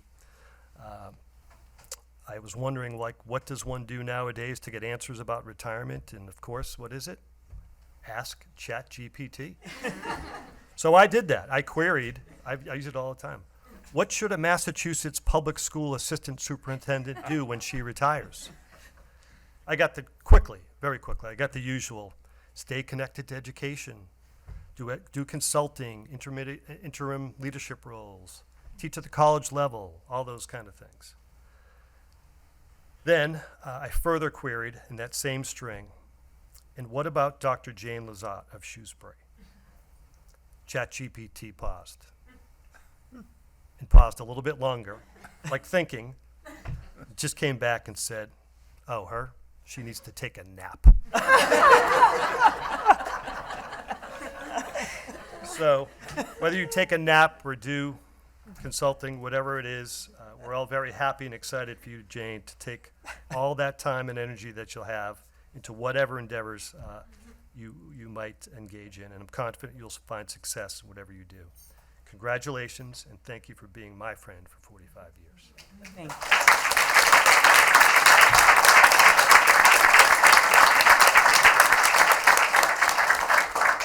Next up, we have Kelly Finneran.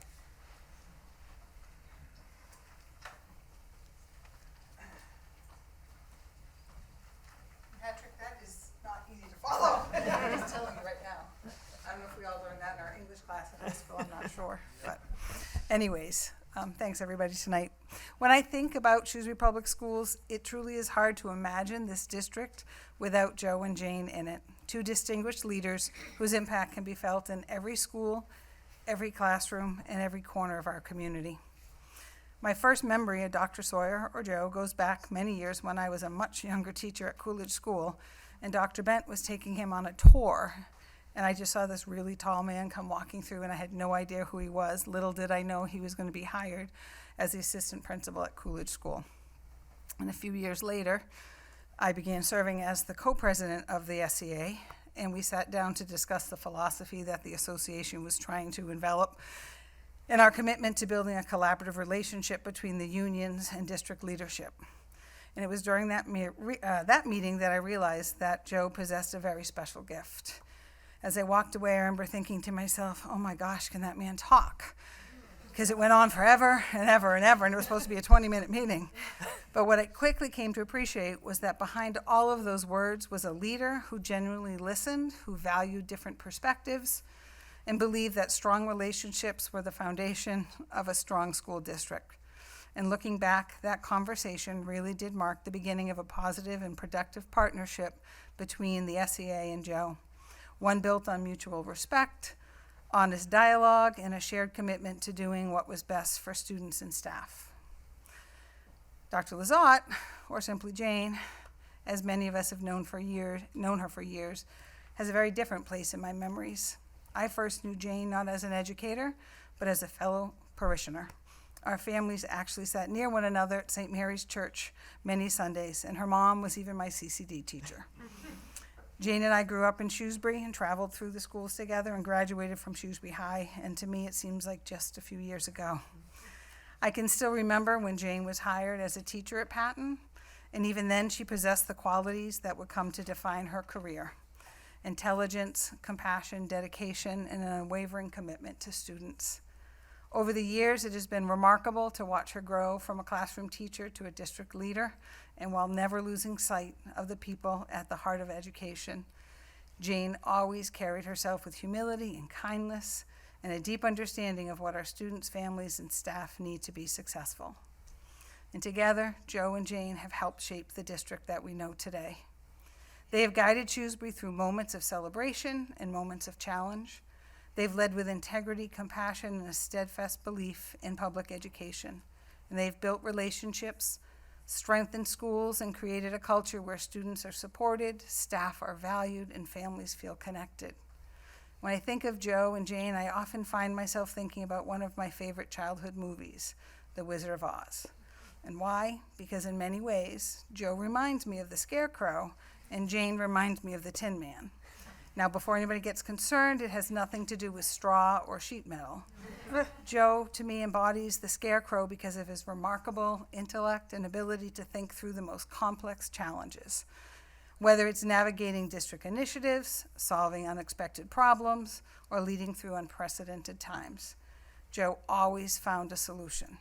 And like the Scarecrow, who spent his entire journey searching for the brain he already possessed, Joe has consistently demonstrated wisdom, insight, and an ability to see the possibilities where others often saw obstacles. Jane, on the other hand, reminds me of the Tin Man because she leads with her heart. Her compassion for students, families, and staff has always been evident in the way she approaches her work. She understands that education is ultimately about people and relationships. Jane has a way of making others feel heard, valued, and supported. Like the Tin Man, whose greatest strength was the heart he carried all along, Jane's kindness and empathy and genuine care for others have been at the center of her leadership throughout her entire career. Of course, every great journey needs both wisdom and heart, and Shrewsbury has been fortunate to have leaders who brought both. Joe's thoughtful vision and Jane's compassion have complemented one another beautifully, helping guide our district through challenges, celebrations, and countless moments in between. And while Dorothy's journey ended with the realization that there's no place like home, perhaps that's fitting here too, because for so many years, Joe and Jane have helped make Shrewsbury feel like home, a place where students belong, families are supported, and educators have been empowered to do their best work. While their leadership styles may have been slightly different, what was obvious to everyone was that they shared something important, a genuine love for this community and a commitment to always making it better. The truth is that when future generations walk through our schools, they may not know the names of the people who came before them, but they will benefit from the systems and the opportunities and the relationships and the culture that both Joe and Jane have helped create. That, to me, is the mark of true leadership. I truly want to thank both of you for your years of service, your dedication, your partnership, and your belief in the potential of every student and every educator in Shrewsbury.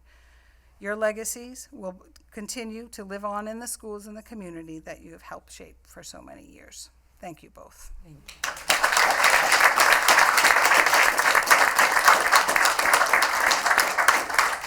Next, we have Erin Canzano.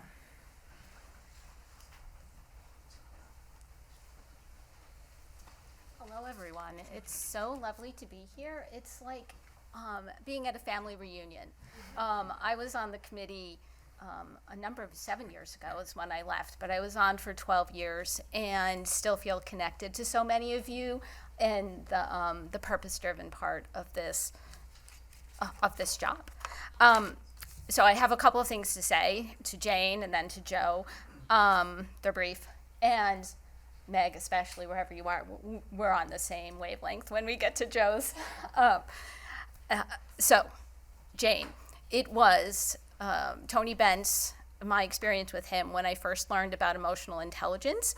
I know the work in public education is around math and science, English, history, all very important, obviously. But it's also about learning how to work with others, how to regulate emotions, how to listen and solicit feedback. And I think personally, emotional intelligence is equally as important as in one's success, along with one's learning abilities. And I think you epitomize that. Sorry, I need my glasses. I can no longer do this without. I am grateful for all of your kindness and your ability to be an active listener, and most importantly, being present. I worked with you on Sherwood, the old Sherwood into the new Sherwood, and whenever I met you in the school setting, whether it was a student or an educator or a parent, you were completely present, and that person felt like the only person in the room. And I think that is such, that's part of your talent, that's part of your gift. So whoever was in front of you never felt rushed, they were heard, and learning thrives in an environment like that where students and teachers and staff are all safe and valued. I was thinking of your mom today, beloved Ann O'Connor, and how proud she was of you and would be of you now. She often gave me books written by Henry Nouwen that I read often, and we had conversations about. So I'll end with this very appropriate quote that is technically from Nouwen, but I feel like was nudged by your mom today. And the quote is, "Did I offer peace today?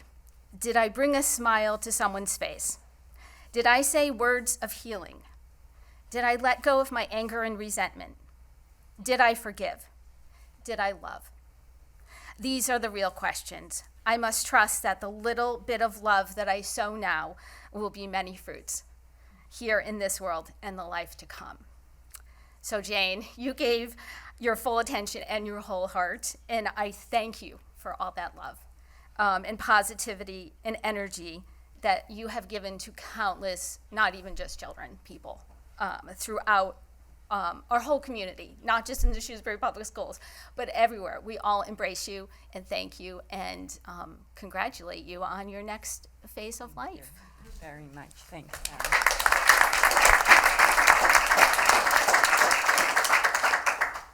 I had the good fortune, Joe, to be at your final interview of the superintendent interview process in 2009. And that's where you told the story about the Maasai of Kenya and the question that they asked of how are the children. It was the first time I had heard that story. And it definitely stuck with me. And it resonated with me that that was your focus. Obviously we all hope that the answer is the children are well. The children are the heart of the community here in Shrewsbury. And they're our future. And I feel like you have been asking that question every day of every year of your entire illustrious career here in Shrewsbury and elsewhere. I suspect that you will ask it for the rest of your life. To the end of your life, you will be wondering, how are the children? You have placed students in the center of your mission and your purpose, and I've seen it countless times, and people mentioned it already over the years for your advocacy for more support in the classroom and mental health support, special education, for overrides, for capital projects like Sherwood and Beale. Sometimes when we've been asked the question, how are the children? The answer has been the children are well. And we celebrate those moments with fierceness and pride and celebration. And sometimes the answer has been the children are struggling. I'll personally never forget December 12th of 2012 when Sandy Hook happened and I was chair and we had a conversation on that day. The children were not well that day. And then also the pandemic, which I wasn't on then, and I thought about you often about how you handle the kind of struggles that children and families are going through. What always happens is that you focus on providing resources, support, and hope. And I think that's your legacy. Your commitment to children, of course, but the power of hope. I know I'm not the only parent, community member in the room that has been so grateful when you've sent out those communications after something horrible or terrible or life-changing and felt so deeply grateful that you were in charge, that your integrity and your thoughtfulness led the discussion. I could rely on that. I could rely on you. And I think, again, we come back to this idea of all becoming better people because of the people we've interacted with. I know I'm a better person because of my time spent in 12 years on the committee because of you. I've definitely learned to think through more perspectives, and your focus on fairness and equity very much resonates with me. So I would say many of the children are doing well, indeed, here in Shrewsbury. And those that are struggling have a foundation of support in hand to help them. And that's because of you and your vision and your leadership. And so I thank you with all the gratitude of a school committee member, but also a community member, a parent, now a grandparent. I thank you so much for what you did for Shrewsbury and what you will continue to do it for it. And I wish you so much peace and joy in your next phase of your life. Thank you.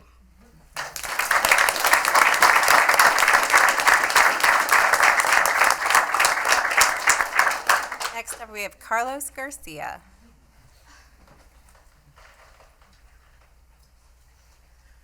Good evening. It's an honor to be here. And I do want to apologize up front because I feel like every time I'm up here, I make someone feel old, so I apologize. Dr. Lizotte, I want to thank you for all that you have done to uplift the lives of so many people in our community. As one of your former students at the old Sherwood Middle School, I benefited greatly from your leadership and your guidance while I was a student there.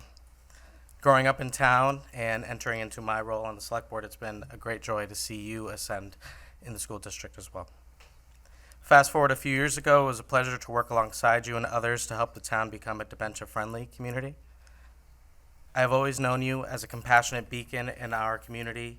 I know that I and many of my peers in my class have truly been supported by you inside and outside of the school. Thank you, Dr. Lizotte, for your many years of service to our community. It is a privilege to call you my principal, and it's an even greater honor to call you my friend. Thank you, Carlos.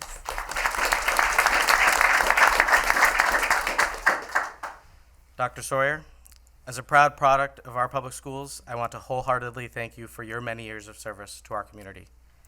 Ever since I met you as a student at Floral Street School when you were my principal, I have always looked up to you, and still do, literally.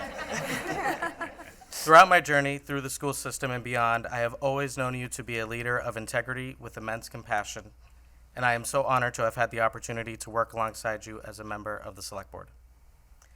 As you know, I'm the first in my family to graduate high school, and I truly cannot thank you enough for the impact you have had on my life and the lives of countless others. One of my favorite things about you is your sincere interest in the well-being of all your students, past and present. Whenever I see you out in the community, you always ask about my mother, my siblings, and those moments truly reflect your compassion. It was also a wonderful experience in my professional role for me to receive outreach from our Attorney General of the Commonwealth, Andrea Campbell.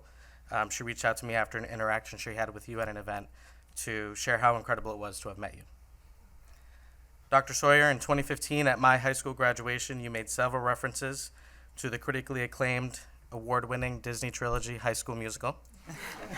And so I thought it would be fitting to repeat some of those lyrics to you as you enter the next chapter of your life. Let's celebrate today because there'll never be another.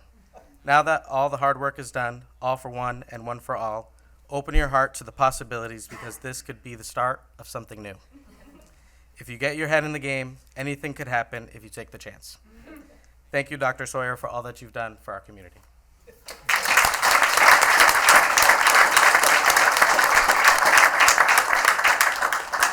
She was not originally on my list, but she snuck in.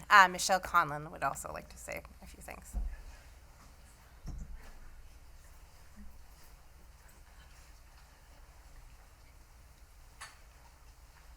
Everyone, thank you for having me and for making room in the speaking schedule for me.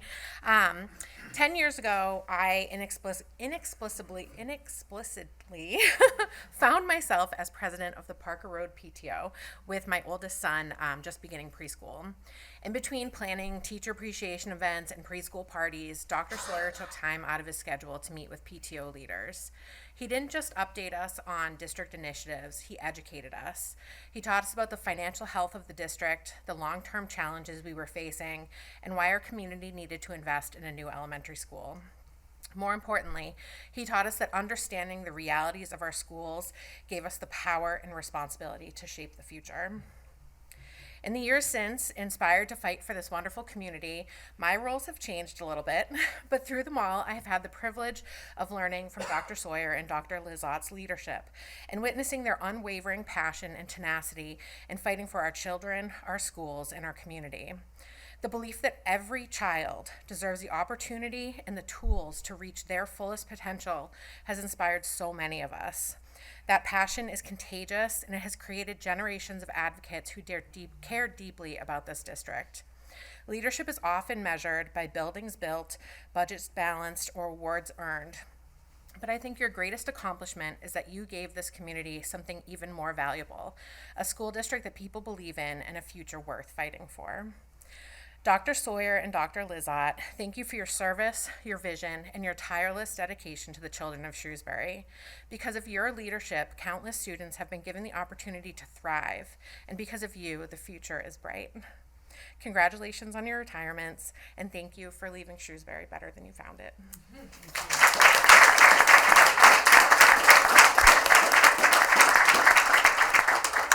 The next few speakers are speaking for Dr. Sawyer. Jason Palich.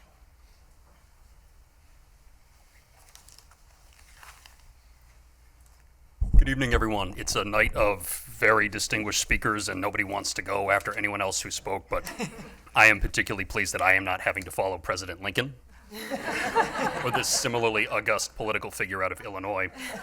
I'm Jason Palich. I served for 3 terms on the school committee. I do want to start by just making some comments about Dr. Lizotte. About a little less than 10 years ago, when I came onto the school committee for the second time, I always appreciated Dr. Lizotte's focus on wellness. And there was a school committee meeting, and I don't remember exactly when it was or what was going on, but it was at a particularly stressful time, and we were all sort of amped about something. And at the start of a meeting, before we started, Dr. Lizotte handed me a thick magazine, a National Geographic magazine about wellness. And I took it and said thank you, and sort of assumed that she was then going to go hand them to the other school committee members, but she just gave it to me. Which at the time I internalized as a subtle signal that she thought I needed to chill out a little bit. But in retrospect, I appreciate her thoughtfulness in always considering others and how they might benefit from her insights. And I want you to know that I still have that National Geographic, and I know exactly in my house where it is, and someday I might read it. On a slightly more serious note, I was struck by something that Amy had said at the start of the meeting about how when Jane asks how people are, you're always interested in the answer. Shrewsbury Public Schools is a very high-performing, high-achieving district, and I think in particular of our staff. Our staff are all high-performing, high-achieving people who spend their whole day thinking of others, namely our students. And I know that for many of those staff, on many difficult days, you being interested in them was probably the only time in the course of their day that they actually stopped to consider their own needs. So thank you for all of those moments that probably live large in a lot of people's memories throughout the district, some of which we're hearing tonight. It's an indelible contribution to our district, and forever grateful. Jane, thank you. Thank you. I have had the good fortune to know Dr. Sawyer for just about 30 years. Dr. Sawyer came to Shrewsbury Public Schools in 1997 with the opening of the new Floral Street School, and I also came to Floral at the time as a 3rd grader. Our interactions would be thankfully fairly unsubstantial until about 12 years later when I was elected to school committee and obviously had the chance to work with him much more closely. And while obviously in my 9 years, there were many significant issues that impacted Shrewsbury Public Schools. What looms large in my head were 3 very critical moments for this community in 2014, 2018, and 2021 when we had to ask the community twice to raise their own property taxes, to support an operational override, and then to construct the new Beale School.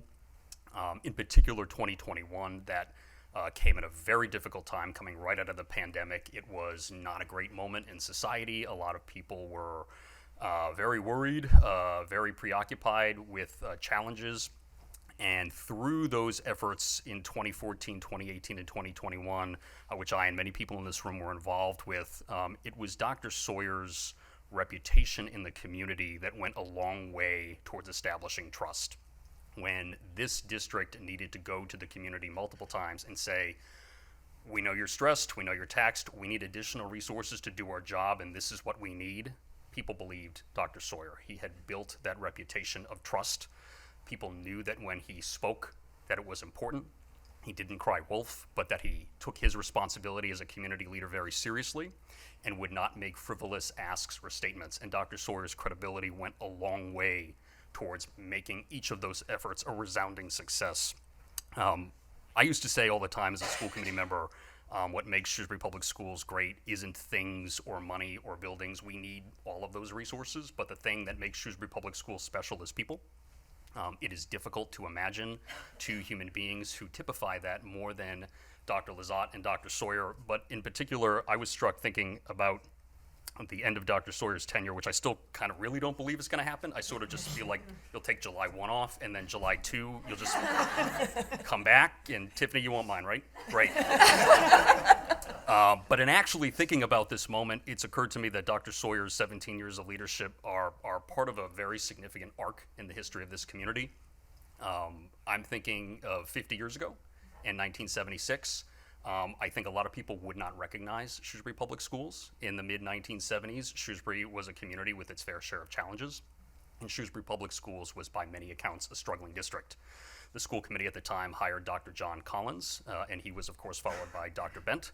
And between Drs. Collins, Bent, and Sawyer, we have only had 3 superintendents in the last 50 years. And to appreciate the arc of what that has meant for Shrewsbury Public Schools is difficult to put into words. We went from a district with, we went from a struggling district to a place which is known for the high quality of its schools, that people choose to live, to make their lives in because of the quality of Shrewsbury Public Schools. Dr. Sawyer's 17 years of leadership are the latest part of an arc of history that's 50 years in the making, which has helped to define Shrewsbury as a community as we understand it today. That Shrewsbury is a place with not just good schools, but where those schools are recognized as a core community asset. And the school district is defined by professionalism and a never-ending drive to keep doing better for our kids. You, Dr. Sawyer, have participated in making this community what it is today. And as both a resident and as a proud product of Shrewsbury Public Schools, I am grateful. Thank you.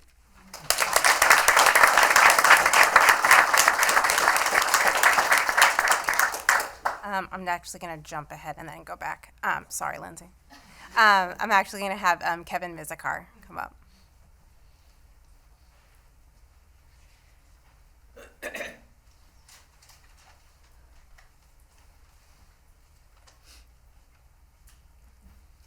Good evening, everyone. I wish Mr. Palich wouldn't have been able to switch over to say a few words about Dr. Lazat, because now I feel like a jerk because I only have comments for Dr. Sawyer. So I was hoping someone would do it before me, but I'll take that. I'll take that sword.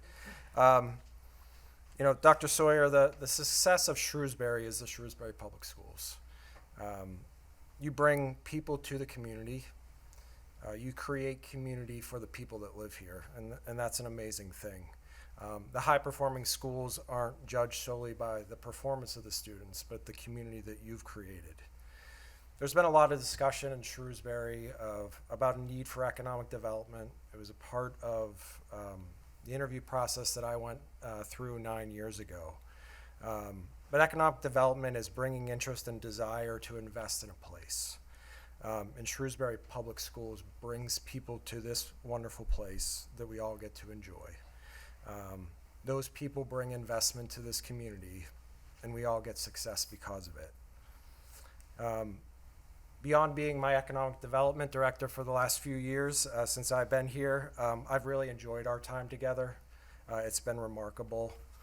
We've obviously had a lot of conversations about finance, conversations about difficult things, and we took a lot of time during those conversations because we all knew they were consequential, and I thank you for your leadership and confidence and collaboration during those times. My biggest takeaway from that time together is that you always put people first. There's a strong tradition in Shrewsbury that the town manager and the superintendent have close relationships, and you led that since I've been here. You're always the first to reach out, always the first to request a meeting, to check in, to get on the same page. And you've given me a lot of credit for the financial model that we operate through, but I give you that credit because of the relationship that you created and allowed me to work within and find the right solutions that we needed to get to for this community. So thank you so much for being a partner for me over the last 9 years from day one and before. Congratulations and all the best.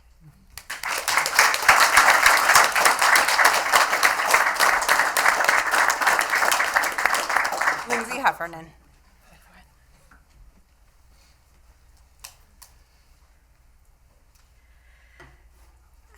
Oh, she's leaving. I'll be right back. Okay, then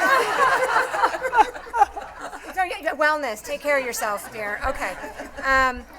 My name is Lindsay Heffernan. I had the honor of serving on the school committee for 6 years, and Dr. Sawyer, much has already been said about you and your leadership, but I want to just provide a small anecdote. When I joined the school committee, and it was clear that I was going to be moving on into a very new role for myself, he said, you should meet the members of my leadership team and sit down with them, and made time for individuals who are in this room, for Ms. Belcito, Mr. Collins, Ms. Clowder, and Dr. Lazat, to sit down and hear each of their perspectives about what it took to really run this district. And it's a complicated district. It's a big organization with 600 staff and 6,000 students and a $90+ million budget. I thought it was amazing to hear each person's perspective of what they were responsible for and learn a little bit more, and taking on a different hat as a parent with 3 children in the district. But what was frankly so astounding was that every single one of these individuals said to me in some way, shape, or form, well, we have this portrait of a graduate, and it's what we're working towards. And they weren't prepared for this by him. I know this. It came up in the most unique of ways. Having worked for 20 years in government in 3 different big and crazy organizations, I can't imagine it any place that I have been where there is such a clarity of purpose of why we are here and what we are doing, and that embedding that and making great choices, right? Certainly gathering a strong team, but having that values-driven work, I have never seen it before. It is what I think makes us, so it's the glue that really helps Shrewsbury move forward. It keeps our system steady in many storms that people have mentioned here, whether financial or from pandemics, that we all know what we're doing here and why we are here. And so that huge success, really, I owe to that leadership. Dr. Lazat, now that you've taken care of your needs, I had a moment as I sat here thinking about not just the kindness that has been mentioned over and over again and the care that you have for our community. I really think about you in an anecdote that Dr. Sawyer mentioned when during the pandemic, it was my first year on the committee, we had this opening at Patton and weren't quite sure what to do about it. And when you graciously agreed, and maybe this was a hard choice, but you did not make it seem it to the rest of us who were watching, to step back into the principal role, that you brought grace and humor. You also became my daughter's principal for her 2nd and 3rd grade year. With all love and affection to the back row here, you are probably the favorite administrator in my household. And it's even despite the fact that you don't pick snow days. And it is because my children know you. They know you in our community. And I think about the time that in the juggle of some school committee, I had to bring my daughter here one night because someone was gonna pick her up, and I didn't quite have a moment. And she walked into this building with me. She did not want to be here at 7 p.m. on a Wednesday night, I guarantee that. But she saw you, and you knew her and asked about her and knew that she loved reading and inquired about her books and just went right back to that place of making her feel so special. You also later snuck her candies in the back, which I saw off camera, and so that was much appreciated, I am sure. When our family goes to the turkey trot every year and you say her name, she beams. And I will leave it to say that, and my older son says, does she know everybody in town? Yes, she does, all of them.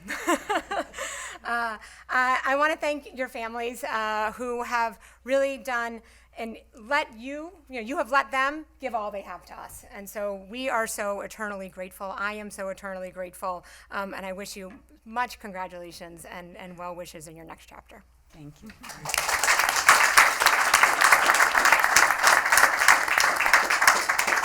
Our next speaker is Dr. Lazat. Thank you. I'm going to say a few words about Joe. When I think of Joe, I think of strength, integrity, loyalty, generosity, humility, and a steadfast commitment to placing students at the center of every decision. I will share a few brief examples of ways in which Joe has contributed to my life, personally and professionally, as they capture the essence of the extraordinary person he is and the values that define him. Joe was an incredible mentor to me during my first school leadership role while serving as assistant principal at Floral Street School. He encouraged me to be authentic, to lean into my strengths, and to be transparent when I did not have an immediate answer or needed time to process a challenging situation. I vividly recall role-playing in which we would engage, most often at the end of a hectic school day. Joe would cast himself as the upset parent, staff member, or student, and I would be me, the assistant principal. We would run through scenarios where he would provide me with opportunities to practice the questions I would ask, the advice I would offer, and the next steps I may recommend. He'd often end with the question, "What would you like to have happen?" and/or the sentence starter, "Help me understand." Fast forward 9 years later to January 23rd, 2013, when I was in my 6th year serving as principal at Sherwood Middle School. On this morning, all 1,121 Sherwood Middle School students and staff walked from the worn-down Shrewsbury Junior High, Sherwood Middle School building to our brand-new school on a 7-degree winter's morning, marking the culmination of a 6-year journey. Joe's steady presence and thoughtful guidance throughout that process were extraordinary. Just 2 weeks after the big move on Saturday, February 2nd, while catching up on work in my office, my new office, my Northeastern University advisor called.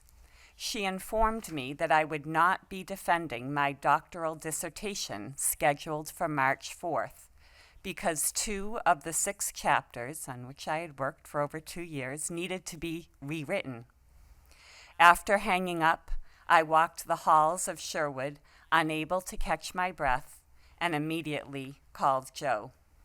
I shared this very upsetting news, and after a long pause, he responded by telling me that I would be defending my dissertation on March 4th, and this is what we are going to do to make that happen.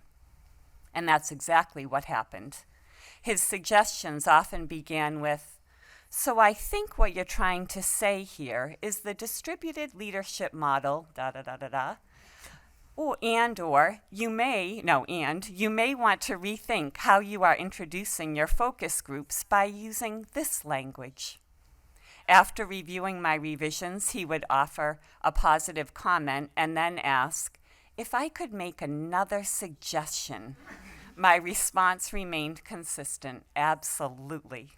Not only did Joe help me navigate the revisions, but he served as my third reader and participated in my dissertation defense on a Monday afternoon. He encouraged me to keep going, to dig deep. Joe's belief in me resulted in one of the proudest accomplishments of my life. Just 1 month later, in April 2013, I ran the Boston Marathon with Team End Alzheimer's, alongside a few SPS colleagues who were running for other charitable organizations. This was the year of the Boston Marathon bombing. In the days and weeks that followed, Joe checked in regularly with each of us, reminding us to take the time we needed to heal and of the resources available to us, including the Employee Assistance Program. His compassion and support never wavered. I am very grateful to Joe for being a trusted colleague and friend whose wisdom steadied me during moments of uncertainty and whose generosity of time and spirit changed the trajectory of my life.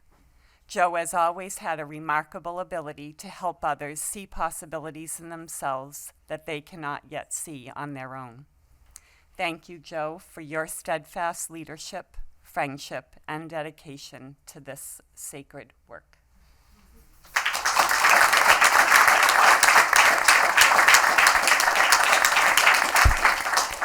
I'm going to have Dan Gudikants come up now.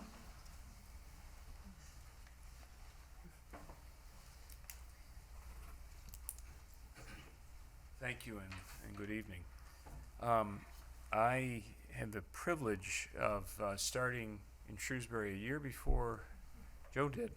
We came right around the same time, 96 for me and 97, and it's been a ride.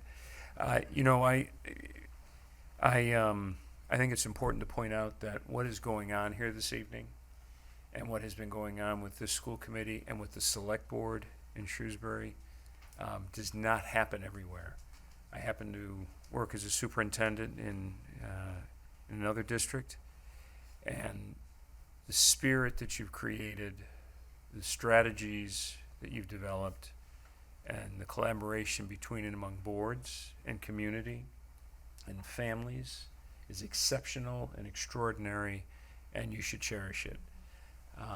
And recognize that it doesn't happen magically, it happens intentionally, and a lot of that, much of that, is attributed to the leadership of Joe Sawyer. And by the way, Jane, congratulations. I'll see you around, neighbor. You know, I've heard this evening, and I've watched over all these many years that Joe has been so focused on children and students. I've seen that firsthand. I saw it when I worked alongside him, and I see it even now. That's pretty well known. And how, in the work that he's done, the people that he's impacted, that his intent, his focus is on a child's well-being and a student's academic potential and growth. That doesn't happen with every superintendent. Some are worried overly about the budget, and they get distracted by political issues. They get distracted by issues that at the end of the day aren't important. But that's not Joe. Joe and Dr. Sawyer has always been focused on what's best for students. And he knows that what's best for students also means that you have to take care of the adults who care for them. And he does that. He's done that with his teachers and his administrators. Beyond Shrewsbury, what you should know, and in my work as a superintendent, Joe's influence goes well beyond this room and well beyond all the schools in the Shrewsbury community. Joe is known throughout the state as a mentor to other superintendents, as a huge advocate both at the state level and also at the local level. He is someone that superintendents across the state will often say to me, "Have you talked to Joe about this?" Or, "What does Joe Sawyer think about this?" I know that because I've been in those conversations. Joe is a patient, fearless, and strategic thinker and leader. I think the school committee has benefited from that. I think this community, I think my own daughters and my neighbors have benefited from that. And that is serving our community well. You know, beyond that, I happen to live down the street from Dr. Sawyer. We are neighbors. There are a few of us here. And I get to see that side of him, either when he's walking around, walking the dog, or maybe we might stop and have a beverage. And so I know him for the kind of person and the humanity he brings to his work, to his neighbors, and to the students and children and the families of the Shrewsbury Public Schools. He's indeed a very good friend. And I know when we did work together and then I moved on, and some folks would say to me, I remember one saying to me one time, "I don't know, the guy scares me. He's big, he's imposing and serious." I said, "He is the biggest softy in the world. He is a big guy, and he's all heart for kids and for families. And we've all benefited from that." Congratulations, Joe.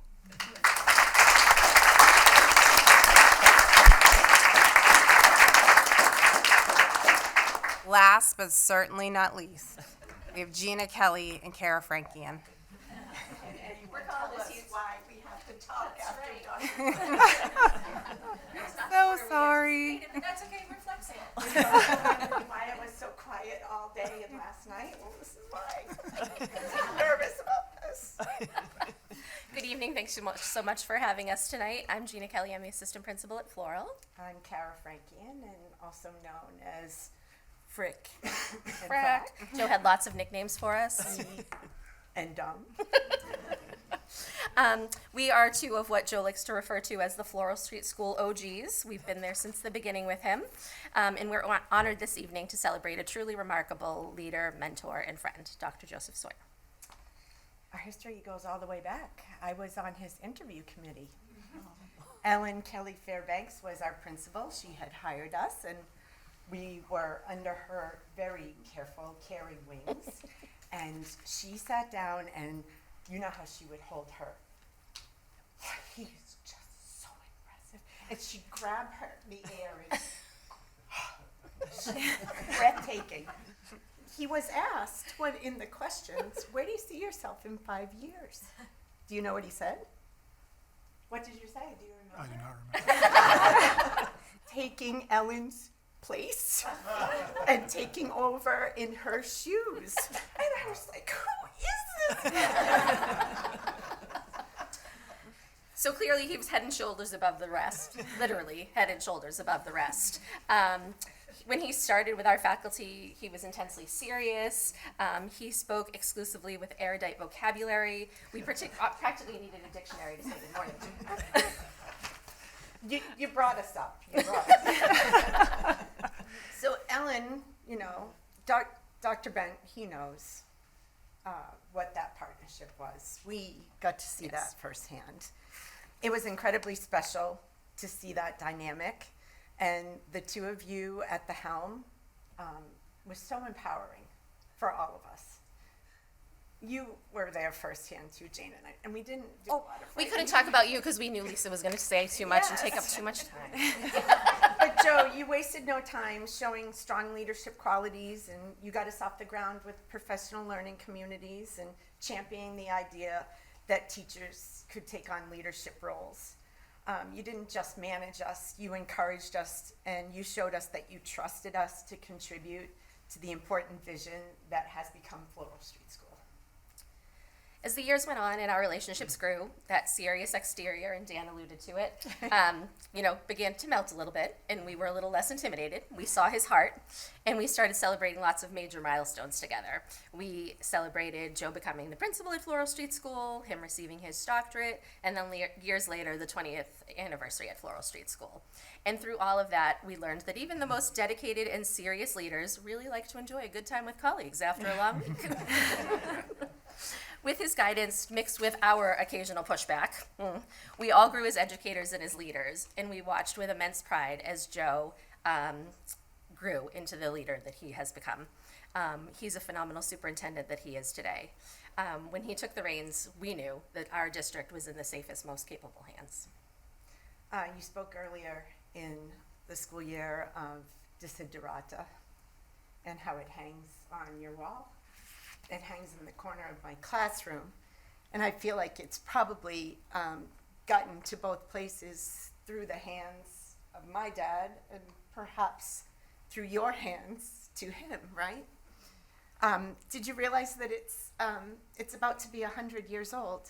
It was written in 1927 and translated from Latin. It's things desired. It was shared widely in the 60s and 70s in the education community. It was turned into posters, and you lived that, I would assume, right? And that's where it came from. Ermit's words encourage us to realize that every person has a very important story, and that each voice is a perspective worth hearing. It's a poem that reminds us that contentment is self-created, and that above all, we must offer our most authentic version of ourselves and take pride every day in the simple and profound way that we treat others with dignity. It has a message of resilience, hope, and optimism. And these are things that we watch you live every single day with so much pride. I know I said to Lawrence, if I can eulogize my dad, I don't need to cry for Dr. Sawyer's retirement, but it's tricky. We just want to thank you for decades of dedication we're going to miss your leadership, your wisdom, and yes, your propensity, like Ermin, for the level 4 vocabulary. Joe, you've given so much of your heart and yourself to our district and to us. You've inspired us, you've led us with unmatched grace. Congratulations on a well-deserved retirement.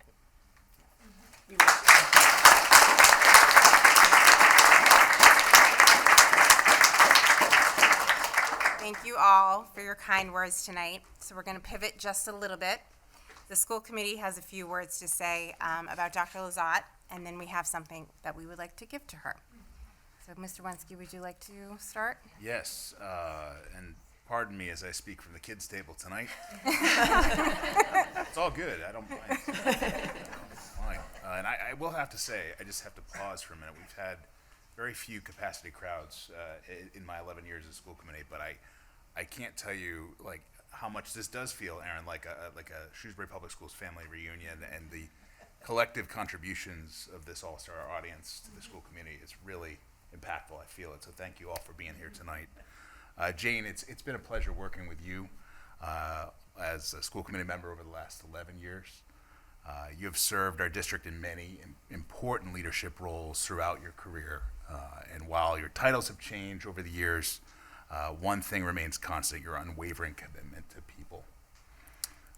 When I think of your contributions to our district, I think of you as a leader that is always warm, welcoming, upbeat, and genuinely interested in others. Whether it's speaking to students, families, or staff, or community members, you always have the remarkable ability to make people feel valued. One of my favorite memories was hearing you regularly remind families and colleagues and school committee members at school events to be in the moment.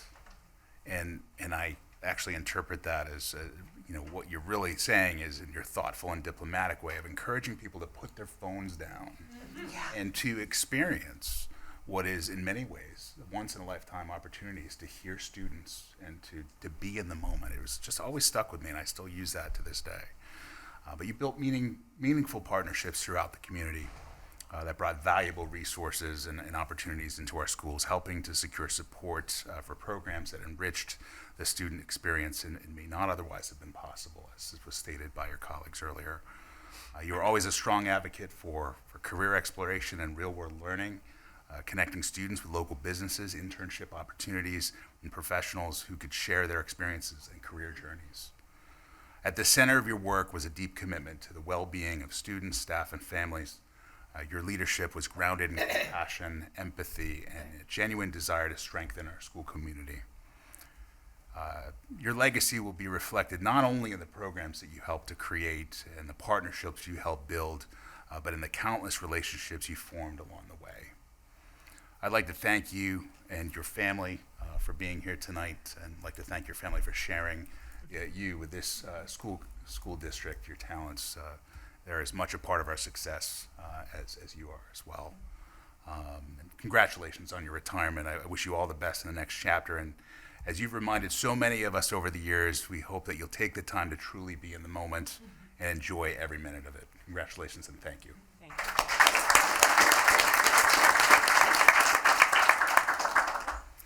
It's an honor for me to be here tonight as we celebrate the remarkable career and well-deserved retirement of Dr. Lizotte. Although I am the equivalent of a high school freshman on this committee, I'm not a total stranger to Dr. Lizotte's accomplishments and successes in our district due to the level of positive impact she has procured in our community. Since entering into my role in the committee about 5 minutes ago, I simply have not met anyone in our district who cannot speak about Shrewsbury without also raving about her. I've also had the privilege of working directly with Dr. Lizotte, albeit briefly, ahead of this year's election as a part of my time on the 300th Anniversary Celebration Committee. Although my time personally getting to know Dr. Lizotte was short, even with those few interactions I did have with her, it was abundantly evident she is extremely committed to our district and our community at large. It is evident that her heart is at the forefront of her work. She understands that a strong school district relies on the strength of its community partnerships. Because of her far-reaching service, generations of Shrewsbury students have felt supported, more capable, and more prepared to step out into the world. I also firmly believe She has helped to create invaluable relationships that will be integral in securing future funding for our district in the trying financial times to come. You can stay for those if you want. Dr. Lizotte, your legacy is woven into the very fabric of our town.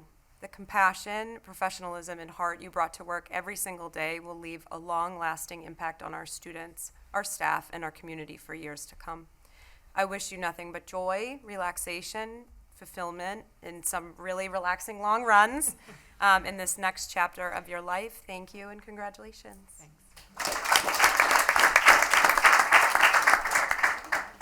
Thank you, Madam Chair.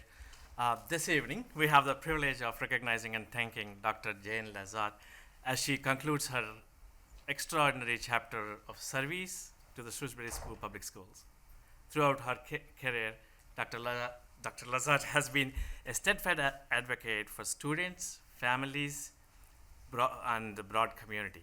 While many educational leaders focus primarily on what happens inside the classroom, Dr. Lizotte understood that student success is also shaped by the relationships, opportunities, support, and connections that surround each child.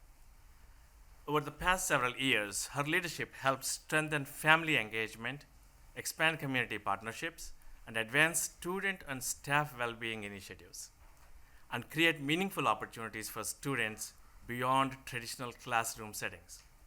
Her work consistently reflected the belief that education is most effective when schools, families, and communities work together in support of every learner. One of the most tangible measure of her impact is more than $2.2 million in grants, sponsorships, philanthropic support, and community-based resources secured during her tenure. These funds provided opportunities that otherwise may not have been possible and helped advance district priorities without adding burden to the taxpayers.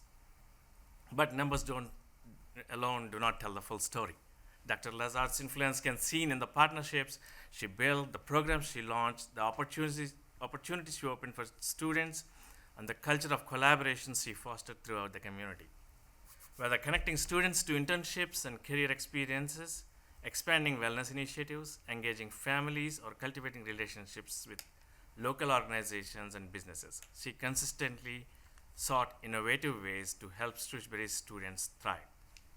What distinguished Dr. Lizotte's leadership was her ability to see possibilities when others saw limitations. She understood that some of the most important educational resources do not reside within a school budget, they exist within the community itself. Through her vision and persistence, she helped bring those resources together in service of our students. As she retires, she leaves behind more than program and initiatives. She leaves a strong network of partnerships, a deep commitment to students' well-being, and a foundation that will continue to benefit students, families for years to come. On behalf of the school committee and the entire Shrewsbury community, thank you, Dr. Lizotte, for your leadership, your dedication, and in your unwavering commitment to students and families of Shrewsbury. We wish you good health, happiness, and fulfillment in this next chapter. And we will offer our deepest gratitude for all that you have done to strengthen our schools and our community. Congratulations, and thank you.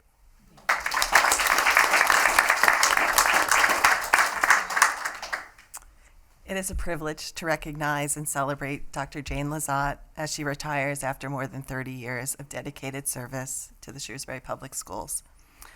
Over the course of 3 decades, Dr. Lizotte has served our community in a variety of roles, always guided by an unwavering commitment to students, families, and staff. From the classroom to district leadership, she has helped shape educational experiences of thousands of students and has played a significant role in the success and growth of our schools. Before Dr. Lizotte became Assistant Superintendent for Community Partnerships and Wellbeing, she was my daughter's principal at Sherwood Middle School. As a parent, there is tremendous comfort in knowing that the person leading your child's school genuinely cares about every student who walks through its doors. Dr. Lizotte was that kind of leader. She knew students by name. She celebrated their achievements, supported them through challenges, and fostered a school environment where children felt seen, valued, and encouraged to reach their full potential. It has also been a privilege to work alongside Dr. Lizotte as a school committee member. Her leadership in advancing student and staff well-being, strengthening community partnerships, and expanding career and technical educational opportunities for our students has left a lasting impact on our district. Through her vision, professionalism, and steadfast dedication, she has helped build systems and initiatives that have improved the way we serve students and families in Shrewsbury. What has always stood out to me about Dr. Lizotte is her remarkable ability to balance high expectations with compassion, strong leadership with humility, and professional excellence with genuine care for others. Those qualities have earned her the admiration and respect of colleagues, students, parents, and community members alike. Jane, your contributions to this district and to our community have been extraordinary. I will certainly miss working with you, but I'm deeply grateful for all that you have done on behalf of our students and schools. Thank you for your many years of dedicated service. Congratulations on a well-deserved retirement, and I hope it brings you time to enjoy your family, friends, and the opportunities that come with a life of service well lived. Thank you.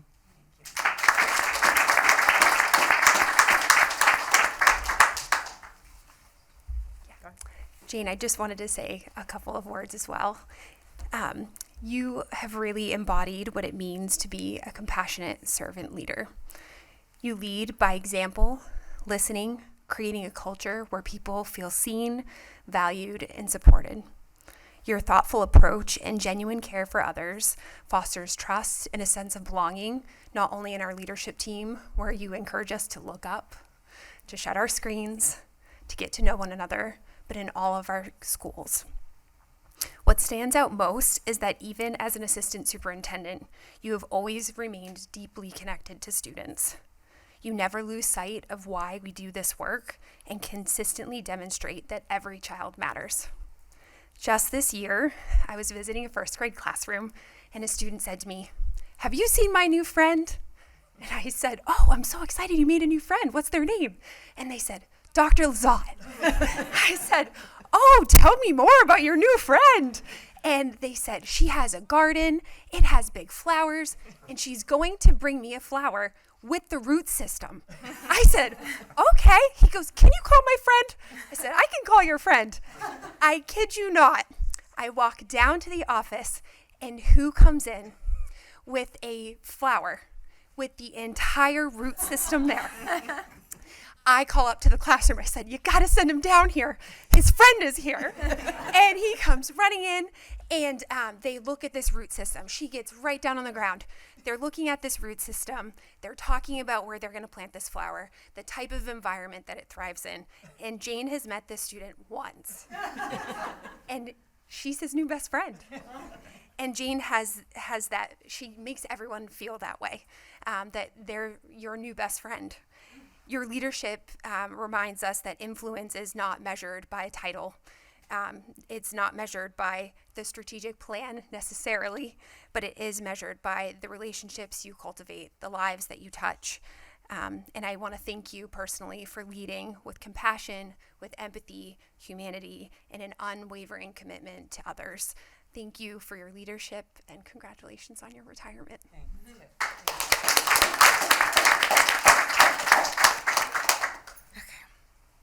Today, I'm chair of the school committee, but I first had the pleasure of meeting Jane when I was co-president of the Patton PTO. Jane arrived during the summer of 2020. Between COVID, Patton's principal leaving, and my first experience as a PTO president, there was a lot going on. I knew absolutely nothing about Dr. Lizotte, but I kept hearing the same thing over and over again. You're going to love her. And you know what? I sure did. I met Jane for the first time outside Patton that summer before school started. I probably flew into the parking lot on 2 wheels, my mom bun piled high on my head, toys spilling out of my car. In my defense, my kids were very little. But there I was, complete chaos, and there was Jane. Lawn chairs set up by the front steps, a cold drink, snacks, and the warmest smile. I remember thinking, who is this woman? I quickly learned just how amazing Dr. Lizotte was. From the very beginning, she was invested. She wanted to know our ideas, how she could help, what we needed.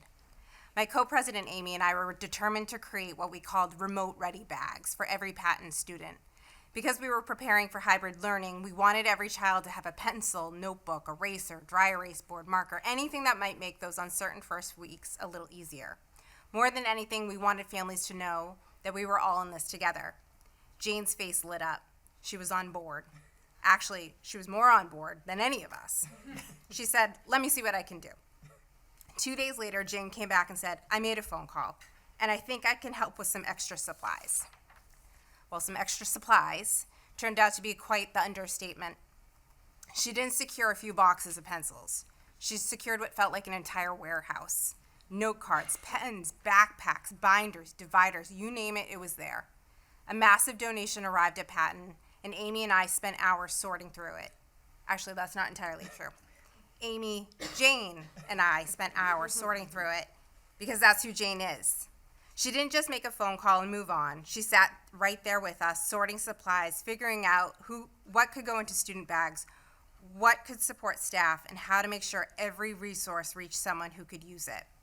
Eventually, we organized a drive-through pickup event at the Patton Playground so families could collect the remote-ready bags, and Jane was there. She stood alongside us, greeting families who hadn't even met her yet and handing out bags to the students who would soon become part of her school community. By the time I got home that day, I was exhausted. It was August. It was hot. I had absolutely no interest in cooking dinner. My husband suggested ice cream for dinner. Sold. As we were driving, we stopped at a red light, and I happened to glance out the window, and I saw a woman running, and I thought, wow, good for her. It is way too hot to be running right now. And then I realized, I know that person. It was Jane. I had just spent the entire afternoon with her. I was a complete hot mess, heading out for ice cream because I couldn't possibly muster the energy to make dinner. And there she was, casually out for a run. And I remember thinking, could she be any more awesome? The answer, of course, is yes, because Dr. Lizotte is a little bit magical. I'm eternally grateful that my children have had the opportunity to experience that magic. She's an exceptional educator and leader, but more importantly, she's an extraordinary example to everyone around her. My 2 older daughters have wonderful memories of Dr. Lizotte from their years at Patton before we were redistricted to Beale. They care very deeply for her. But whether she realizes it or not, I think my youngest daughter, Abby, may have been impacted by Dr. Lizotte the most. Abby first met Jane when she wasn't even 2 years old. She had no idea who she was, but because I dragged Abby to nearly every PTO event, she had a front row seat to watching Jane in action. She learned about leadership from one of the very best. Today, Abby attends Beale, where Jane's office is located. She sees Dr. Lizotte almost every day, and whenever she does, she comes home and she tells me about it. One of Abby's favorite things is Jane's joke board, which is updated regularly. It's such a simple thing, but it reflects who Jane is. She understands that people need joy, they need laughter, they need reasons to smile. When Abby learned that Dr. Lizotte was retiring, her face immediately dropped. But who's going to do the joke board? Honestly, I didn't have an answer. I told her I was sure someone would figure something else out. She quickly corrected me. No. Dr. Lizotte says we all need to laugh, and we need to keep the laughter even when she isn't here. She then informed me that she was going to immediately go to Mrs. Gasper's office and make sure there was a plan. And knowing Abby, I'm quite certain that she did. But that's the thing about Jane. She sparks something in people. She makes them feel valued. She makes them feel connected. She reminds them to find joy even in difficult moments. And because of that, her impact doesn't end when she leaves a building or retires from a job. It lives on in the people she has influenced, inspired, and cared for the last 30 years. Jane, I will miss you tremendously, but I know you're never going to be that far away. Thank you for everything.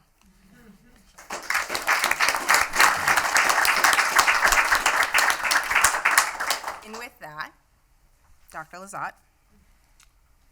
Per School Committee Policy 871, the school committee may periodically dedicate a room or space to an outstanding staff member for a special occasion. On the occasion of Dr. Lizotte's retirement from the Shrewsbury Public Schools after 30 years of dedicated service, the committee is being asked this evening to approve the dedication of the Sherwood Gymnasium to Dr. Lizotte, and it will forevermore be known as the Dr. Jane O. Lizotte Gymnasium. May I please have a motion from the committee to vote per school committee policy 871 to dedicate at Sherwood Middle School the gymnasium to Dr. Jane Lazat, to now be known as the Dr. Jane O. Lazat Gymnasium. So moved. Second. All those in favor, please do so by saying aye. Aye. Thank you. Congratulations, Dr.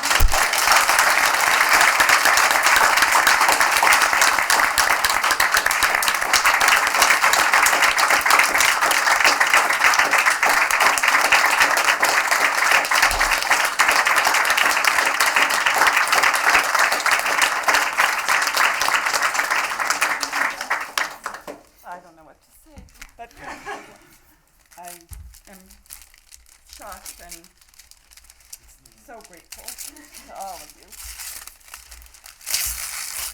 for your thoughtfulness. I'm not doing this very neatly. Oh my goodness. This was our opening day ceremony, a couple months after Sherwood opened. There I am on the stage with all of our friends. And, oh my goodness. Do I read this? I think. Dr. Sawyer is going to read it. He is in it. Okay. All right. Thank you.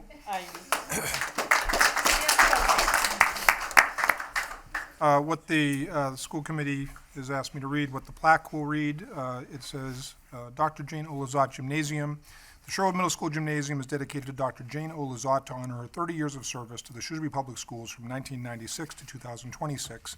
After teaching third grade at Patton and Spring Street Schools, Dr. Lazat held multiple leadership roles as assistant principal of Floral Street School, principal of Spring Street School, Sherwood Middle School, and Patton School, and assistant superintendent for community partnerships and well-being.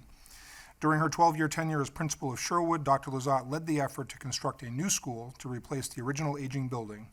Her strong advocacy was a major factor in convincing our community to vote to fund the project, and her skillful leadership crafted a shared vision that influenced the design of this award-winning modern school facility.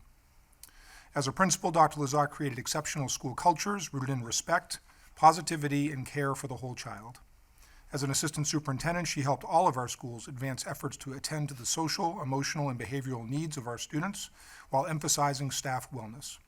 She cultivated partnerships with businesses, nonprofits, and alumni that provided authentic learning experiences and career awareness, while securing a remarkable $2.2 million in additional funding through philanthropic gifts, sponsorships, and grants to create additional educational opportunities for students.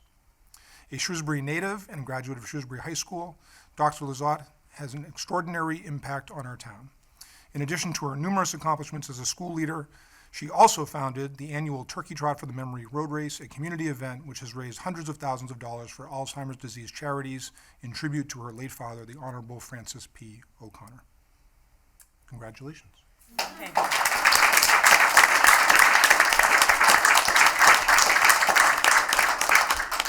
Do you have anything, or are you? Do I have anything to say? Well, Or are you, you need a moment. You don't have to talk. I want to thank my beautiful family who are here tonight, my neighbors, my friends, my colleagues, my husband Dave, our children Catherine, Elena, and Anna, Joe, who was here, daughter-in-law Molly, our 3-week-old grandson, lasted a few minutes, Leo Timothy, and my 9 siblings, sisters, and brothers-in-law, etc., and my mom and dad, of course. The wisdom, support, and kindness my family has provided throughout my life and career have filled me with hope, peace, love, and laughter. I will be forever grateful for their encouragement, patience, flexibility, and steadfast support. Truly, blessings abound. I began my teaching career, as you know, 39 years ago in a 3rd grade classroom at St. Anthony's School in Somerville. My first class of 3rd graders are now 45 years old. It is hard to believe, and I hope each of them is healthy, happy, and thriving. One of my fondest memories from those early years was sharing our wedding day with my students. On November 19th, 1989, all 29 members of my 3rd grade class, along with their parents, boarded a school bus to attend our wedding at St. Mary's Church in Shrewsbury. The trip should have taken about an hour, but somewhere along the way, they found themselves headed toward Shrewsbury in western Massachusetts before a parent realized they were off course. Thankfully, they arrived safely, and their presence made an already special day even more memorable. It is one of countless moments I will cherish forever. My connection to Shrewsbury began much earlier. However, as mentioned, when I entered kindergarten at Patton School in September of 1970. Then, in 1996, 25 years after leaving that kindergarten classroom, I returned to Shrewsbury with my husband Dave and our children after Dave accepted a position at the College of the Holy Cross, and I was offered a position as a third grade teacher at Patton School. I vividly remember my demonstration lesson and interview in the spring of 1996. On my way to Patton, I dropped off 3-year-old Catherine and 11-month-old Joe at 56 Prospect Street, my family home, with Nanny, my mom. What I failed to account for was the extra time needed to nurse Joe before my lesson. My mother assured me he could wait and I needed to arrive early to Patton. 10 minutes into my demonstration lesson, making my way between small groups of 24 third graders and an interview committee consisting of administrators, teachers, and parents, my favorite hand-me-down dress split down the back as I bent over to assist a group of students. Without missing a beat, former Patton teacher and SPS retiree Christine Noley came to my rescue, placing her long sweater around my shoulders. Her gesture was seamless, as was the dress. Principal Gail Biseglia said, "Keep going," with my demo lesson. When I returned to Prospect Street, I found Joe peacefully asleep in his carriage on the front porch after my mother had spent over an hour walking him around the yard. Later that evening, and despite the wardrobe malfunction, I was offered the position. I share this story because it embodies what makes Shrewsbury so special. It is a community that cares deeply for one another. Whether it is a colleague offering a sweater, a grandmother walking a baby, or a community rallying around its schools, the spirit of generosity and support is ever present. Throughout my career, I have also experienced that spirit during some of life's most difficult moments. When my father passed away from Alzheimer's disease in August of 2007, just before I welcomed the Sherwood Middle School community for the very first time, I was comforted by the compassion of colleagues, students, and families. Years later, when my mother passed away during the COVID pandemic, I was preparing to transition to Patton School as principal, and that same kindness surrounded me once again. The students, staff, families, and parents at both schools and throughout our district reminded me of the extraordinary strength of this community. As I reflect on my career, there are a few lessons or words to live by that some of you have mentioned already. Anna and Elena often remind me, Catherine, you too, be where your feet are. Look up, as Tiffany has mentioned, assume good intentions, rise above, practice what you preach, lean in, listen, seek to understand before seeking to be understood, and perhaps most importantly, laugh. From years of job sharing with Lisa McCubry to the joke board outside my office at Beale, laughter has sustained me and reminded me of the importance of levity. For the past 30 years, I have had the honor and privilege of serving this community in a variety of roles. Along the way, I have worked beside remarkable people. Together, we have celebrated successes, navigated challenges, and remained steadfast in our commitment to students. Thank you, one and all, for truly working in partnership with the community, which lies at the heart of the mission of the Shrewsbury Public Schools. Thanks so much.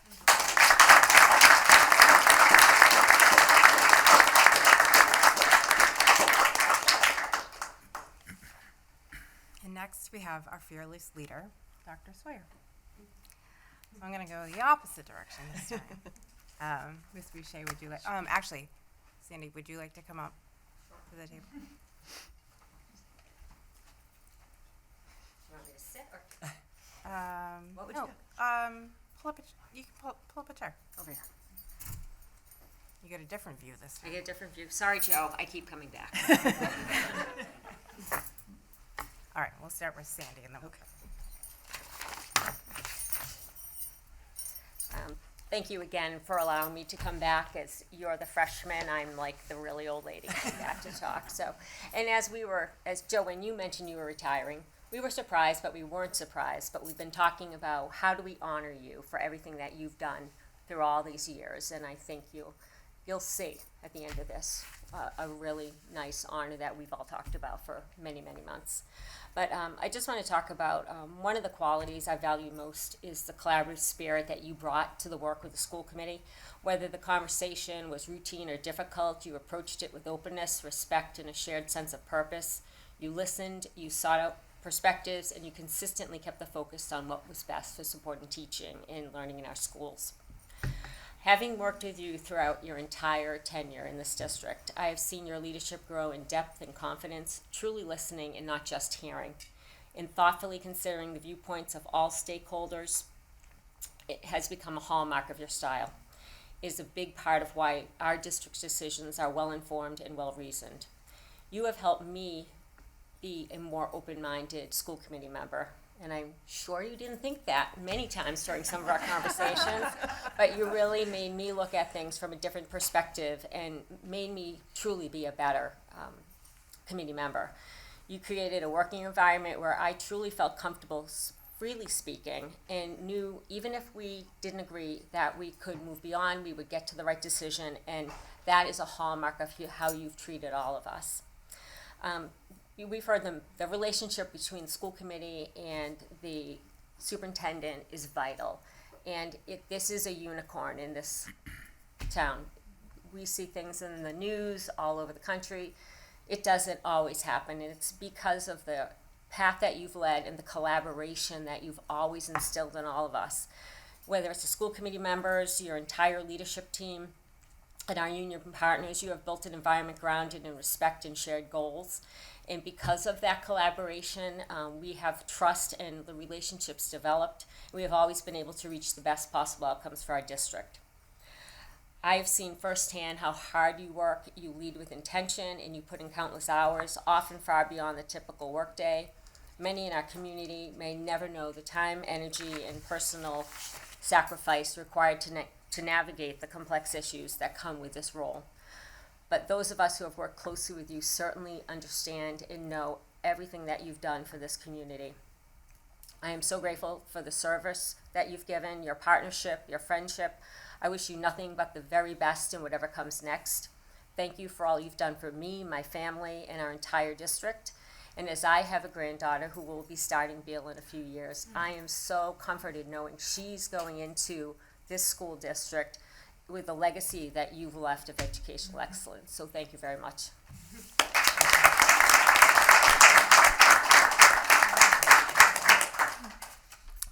It's both an honor and a privilege to recognize Dr. Sawyer on the occasion of his retirement after 29 years of extraordinary service to our school district. As both a parent of an SPS student and a SPS graduate and a school committee member, I want to express my deep gratitude for your leadership, dedication, and unwavering commitment to the students, staff, families, and community you have served throughout your career. 17 years as superintendent of schools is a remarkable tenure in educational leadership. During that time, you guided our district through a period of extraordinary change and growth. You led us through a global pandemic and a growing student mental health crisis. You oversaw the construction of 2 new schools that stand today as models of educational excellence. You spearheaded strategic planning efforts, implemented important curriculum initiatives, supported the establishment of the RISE program, and successfully led 2 operational overrides that helped secure the district's financial stability. Throughout each challenge and opportunity, you demonstrated professionalism, integrity, and courage. Most importantly, you never lost sight of why we are all here, to support the success and well-being of our students. Many people know that Dr. Sawyer is a devoted Bruce Springsteen fan, And during the height of the Born in the USA era, Springsteen often closed his concerts with a simple message to the audience: remember, nobody wins unless everybody wins. That sentiment perfectly captures Joe's approach to leadership. Throughout his tenure, success was never measured by personal recognition or individual accomplishment. Instead, success was defined by whether students were learning, teachers were supported, families were engaged, and every member of our school community had the opportunity to thrive. Under Joe's leadership, we have celebrated many accomplishments and navigated our share of challenges. Through it all, he consistently reminded us that education is a collective endeavor. When a student succeeds, that success is shared by teachers, families, counselors, paraprofessionals, administrators, and an entire community working together on that student's behalf. What has distinguished Dr. Sawyer is not only his professional excellence, but also his remarkable ability to bring people together around a common purpose. I've had the pleasure of serving alongside Joe on numerous study groups and committees focused on school building projects, school start times, the mascot, the district's long-term space needs, and in every setting, he excelled at bringing people together with diverse perspectives, fostering thoughtful and productive conversations, and ensuring that everyone at the table felt heard and respected. That ability to build consensus, cultivate trust, lead with empathy, and keep the focus on what matters most have been the hallmarks of his leadership. Joe has always understood that lasting progress is achieved not by one person acting alone, but by a community working together. On behalf of the school committee and on behalf of all of our thousands of students, families, educators, and staff whose lives have been touched by your leadership, thank you. Thank you for your service, your vision, your dedication, and your steadfast belief in the power of public education. Joe, throughout your career, you've embodied the principle that Bruce Springsteen expressed so simply: nobody wins unless everybody wins. You understood that the true measure of success was not individual achievement, but the success of an entire community working together on behalf of its children. Because of your leadership, countless students have succeeded, families have been supported, educators have flourished, and our district is stronger than it was when you began. In helping others succeed, you helped all of us succeed. Congratulations on your retirement. I wish you happiness, good health, and every success in the years ahead. And while your chapter as superintendent may be coming to a close, the impact of your work and the people whose lives you've touched will continue for generations to come. Thank you.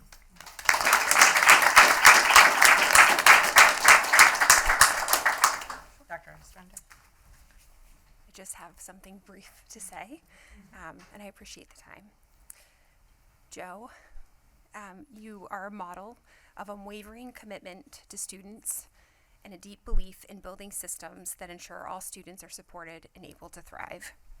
What I admire most about your leadership is your authenticity.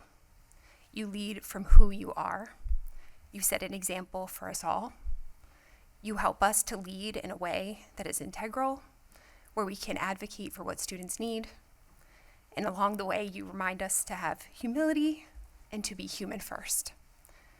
I often think about the many times that I have benefited from a phone call where you pick up, you ask questions, you say, you've got this, this is the right idea, move forward, go with confidence. Or the times where I've said, I need you, and I need you now. And you've come, and you've been helpful, and you've always led us in the right direction. I also think about the times where we've seen you be silly and use humor in times that have been stressful, or some of us may think could be overwhelming. I frequently think about the stories that you've woven into your leadership and into your messaging to us of your girls at Taylor Swift concerts with all of them in the back of the van, when you rode in on a bicycle on opening day. There are memories that remind us that the work we do is human. And through challenging times, it's the humanity and the work that we do together that has led us to such a successful position that our district is in. I've been fortunate to learn from you, to learn alongside you, Your leadership has had a profound impact on my growth as an educator and as a leader. And I thank you for all you've done for us. Congratulations.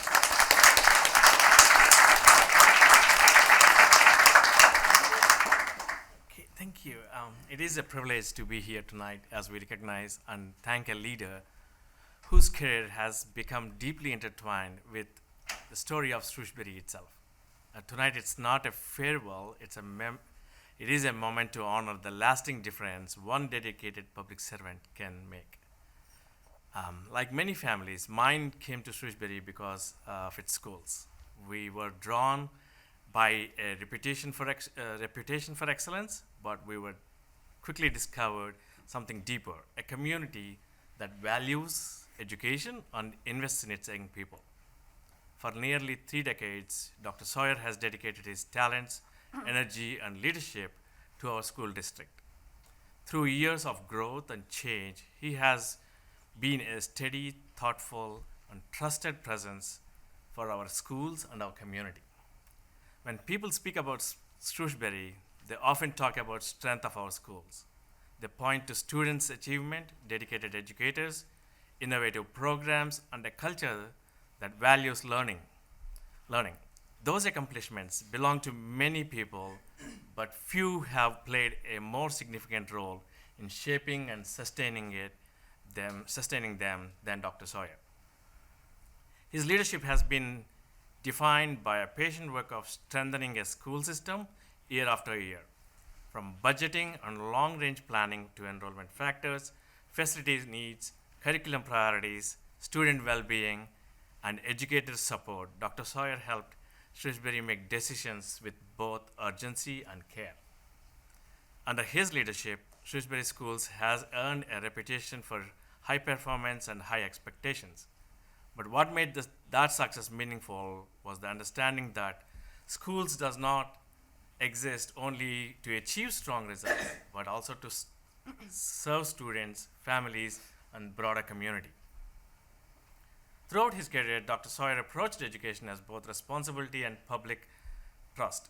He understood that schools touch nearly every family, neighborhood, and generations, and that decisions made about our classrooms today shape the future of our community tomorrow. That perspective influenced the way he led. He listened carefully, communicated thoughtfully, welcomed differing viewpoints, and stayed focused on what would best serve our students and the community long-term interest. Those who work with Dr. Sawyer know that his strength has always come not only from what he knows, but from how he treats people with patience, respect, and quiet resolve. Leadership is often tested not when circumstances are easy, but when uncertainty arrives. During pandemic, when families, educators, and students were facing uncertainty and stress, Dr. Sawyer provided steadiness and perspective that kept our district moving forward. Whether presenting a budget to town meeting, working with school committee through complex decisions, or communicating with families during uncertainty, he brought clarity, professionalism, and calm confidence that earned the trust of this community. Perhaps the most meaningful measure of leaders' success is what remains after he leaves. In Dr. Sawyer's case, the answer is always around us. In a district that attracts talented educators, inspires students, earn families' trust, and continue to invest in education. The strongest institutions are rarely built through dynamic gestures. More often, they are built through years of thoughtful decision, steady leadership, and a commitment to doing the right thing, even when it is difficult. That has been Dr. Sawyer's contribution to Shrewsbury. He leaves behind more than a successful school district. He leaves behind a stronger community, a lasting culture of excellence, and a standard of leadership that will continue to guide those who follow. On behalf of the school committee and the residents of Shrewsbury, it is our privilege to honor you tonight. We thank you for your years of service, your dedication to our education, to our students, your partnership with educators and families, and your unwavering commitment to our community. Many students may never know the late nights, difficult decisions and steady work behind the schools they attend, but they will benefit from them every day. In schools you strengthened, the opportunities you expanded, the community you helped shape. This is the mark of true public service. With deep gratitude and admiration, we congratulate you on your remarkable career, and we wish you and your family every happiness in this next chapter. Please join me in expressing our deepest thanks and congratulations to Dr. Joseph Sawyer.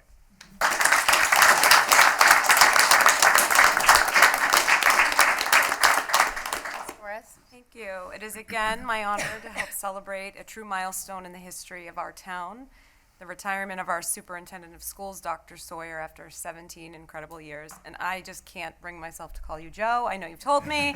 I'm going to call you Dr. Sawyer probably for forever. My first memory of being indirectly introduced to Dr. Sawyer was when my daughter started kindergarten at Spring Street School about 4 years ago through one of his infamous early morning calls regarding a weather cancellation or delay. As a fellow early riser, and as a complete aside, I appreciate the early notices on delays and cancellations. I also grew to look forward to his emails updating families on news in the district, which always seemed to end with some reference to a sports team when possible, which I also greatly enjoyed. Fast forward to last year, I was able to get to know Dr. Sawyer on a more personal level during the course of campaigning in town. From the moment I reached out to Dr. Sawyer asking for a meeting to learn about the district's objectives, successes, and opportunities, I learned pretty quickly he was not simply going to give me a short answer to questions that I had just so he could get back to what I knew was an extremely packed schedule. Quite the opposite. He took the time to give me well-informed, research-based answers that were explained in exceptional detail, and you always seem to have sheets in front of you to explain everything. It's incredible. A forever teacher at heart, he always made sure I left with a cleaner understanding of what I had questions on, and I never felt rushed in our conversations. I've heard the same sentiment over and over when speaking to other parents in the district, because at the time I first met him in person, I was just another mom in town looking to get involved. Dr. Sawyer always made the time to make sure those questions were heard and received answers. When you look across the landscape of public education today, I've learned a 17-year tenure as a superintendent is nearly unheard of. It requires a rare combination of unwavering, steady leadership, profound empathy, and an absolute commitment to public service, not to mention a healthy working relationship with school committees that change over election cycles. For nearly 2 decades, Dr. Sawyer has been the guiding force behind the Shrewsbury Public Schools, steering our district through eras of historic growth, navigating uncharted global challenges, and constantly elevating our standards of academic excellence. But true leadership is not measured just in years on a calendar. It is measured in the lives that are changed. So I did some math. Consider this. During Dr. Sawyer's 17 years at the helm, the Shrewsbury Public Schools have maintained an active enrollment of about 6,000 students per year. When you account for the generations of students who have entered preschool into kindergarten, advanced through middle school, crossed the stage at Shrewsbury High School, Dr. Sawyer has directly impacted the educational journeys of more than 25,000 individual students. And this is only counting his time as a superintendent, not his entire career in the district. But think about the magnitude of that number. That is more than 25,000 futures shaped by his vision and leadership. More than 25,000 young people who have benefited from his relentless advocacy for fiscal transparency, educational innovation, and emotional well-being. Whether walking the halls of our schools, speaking at town meetings, or greeting families at graduation, all of which I managed to see within the last month, which is insane, Dr. Sawyer's focus has never wavered on what matters most, doing what is best for our children in Shrewsbury. Dr. Sawyer, your legacy will live on outside of the brick and mortar of our schools. It will live on in the thousands of scientists, teachers, artists, tradespeople, and civic leaders you've helped prepare to step out into the world. You have given this town your heart, your intellect, and your absolute dedication. I am sad about your retirement selfishly, in that I could not work with you for longer, but I know that you've set this district up in the best way possible, including the coaching and mentorship of your successor, Dr. Ostranger. She has some massive shoes to fill, and that's not just because you're very tall, but I have a feeling she will find her own pair just fine, and many thanks to you. As you close this extraordinary chapter and step into a well-deserved retirement, please know that you leave our district stronger, more unified, and deeply grateful for your service to our community. Thank you for 17 remarkable years, and I wish you and your family happiness, peace, fulfillment, and hopefully walking along the ocean with no phone calls. Thank you. Thank you.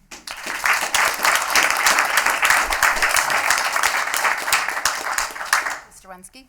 Thank you. Joe, it's our final meeting together, and you clearly got the memo on ties tonight. Absolutely. Okay, matchy. So in the interest of full transparency, over the last 5 years, I found myself wondering when you might decide to retire because, not to sound like Captain Obvious, but this is a tough job, right? It's demanding, it's time consuming, and often comes with a level of responsibility that most people never fully appreciate. It requires long days, late nights, weekends, interrupted vacations, and a willingness to carry the weight of an entire school district on your shoulders. Last September, I experienced an unexpected career change after spending more than 22 years with the same company. I remember talking with you the next day and telling you how energized I felt. I was excited about the new chapter in my life and grateful for the opportunity to do something different. And a few weeks later, after an all-school council meeting, you pulled me aside and you said, "When are you leaving for vacation? I need to talk to you before you go." And it was at that moment I said it. I knew. I remember thinking to myself, this is it. Joe's retiring. And sure enough, when we spoke, you told me you had in fact made the decision. And then you said something I'll never forget. You said, "Don't take this the wrong way, John, but our conversation a few weeks ago about you, how excited you were for your career change is what really sealed the deal for me."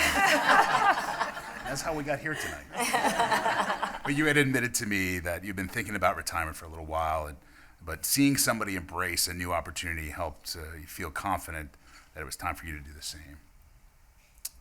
Since learning of your retirement last October, I often referred to Joe as the unicorn of superintendents, and I know that's been said quite a bit tonight. The reality is there simply aren't many people who serve as superintendent for 17 years in the same district anymore. And there are even fewer who do it as successful as Joe Sawyer did. I've had the privilege of serving alongside Joe on the school committee for the last 11 years, including 2 terms as chair. When you're chair, you gain a different perspective of the role of superintendent. You learn very quickly that the public only sees a fraction of what the job actually entails. There are personnel matters, student concerns, budget challenges, community issues, legal considerations, and crises that require immediate attention. There are situations that can't always be discussed publicly and at times can't be discussed broadly with the full committee because of the sensitive nature. During those moments, Joe would often lean on the chair for perspective, advice, or sometimes just a trusted sounding board. What I learned during those years is that the role is far harder than people realize. I'll never forget our first executive session meeting after February break in 2018, just days after the Parkland school shooting in Florida. Joe wasn't his usual self that night. He didn't say much, but you could feel the emotion and frustration in the room. It was palpable. He was wearing his heart on his sleeve. In that moment, I realized that while many of us were processing a national tragedy, Joe was carrying a different burden. Every event like that immediately became a local responsibility. His focus immediately turned to one question: how do we keep our students and staff safe? Student and staff safety was never just another responsibility for Joe. It was always at the forefront. And after every unfortunate school tragedy that captured national attention, that burden became a little heavier. It's a side of this role that the public rarely sees, but it speaks volumes about Joe's character and his commitment to this community. Joe is always prepared. No matter the issue, he had already thought through the implications, anticipated the questions, and was usually 10 steps ahead of everyone else in the room. His understanding of public education, school finance, operations, policy, governance, and Massachusetts education law is extraordinary and, in my opinion, unrivaled. More importantly, every recommendation he made was grounded in facts, data, and what was best for the students. Whether we were discussing a school building project like Beale Elementary School, navigating difficult budget cycles, addressing operational override discussions, or answering questions at town meeting, Joe never relied on assumptions. He relied on facts. and he always took the time to ensure people felt heard and that their questions were answered thoughtfully, respectfully, and thoroughly. His leadership during some of the most challenging periods in our district's history was remarkable, none more so than during COVID. While circumstances seemed to change by the hour, Joe remained calm, steady, and focused. Through emails, virtual meetings, social media, and Shrewsbury Media Access programming, he consistently communicated with students, staff, and families, reassuring them that the decisions would be guided by facts, science, and the best available information. In a time filled with uncertainty, Joe provided stability. Tonight, I'd also like to thank Joe's family for sharing him with us. I truly feel like I've got to know you over the last 11 years, although we haven't spent time together in person, only maybe a handful of occasions, including last night and tonight. I want you to know how often Joe spoke about you and how proud he was of your accomplishments. Those of us who work closely with him heard those stories often, and we knew how much family meant to him. Joe is a lifelong resident of Shrewsbury, a parent of 2 proud graduates of Shrewsbury Public Schools during your tenure, and a school committee member. I'd like to thank you for your 29 years of commitment and dedication to our school committee. Because of your steady leadership, Shrewsbury Public Schools is among the very best school districts in the state. You leave this district stronger than you found it. That is the measure of a great leader. It's been an honor and a privilege to serve alongside you and to learn from you. Congratulations on an extraordinary career, a well-deserved retirement, and the next chapter that awaits you. Thank you. Thank you.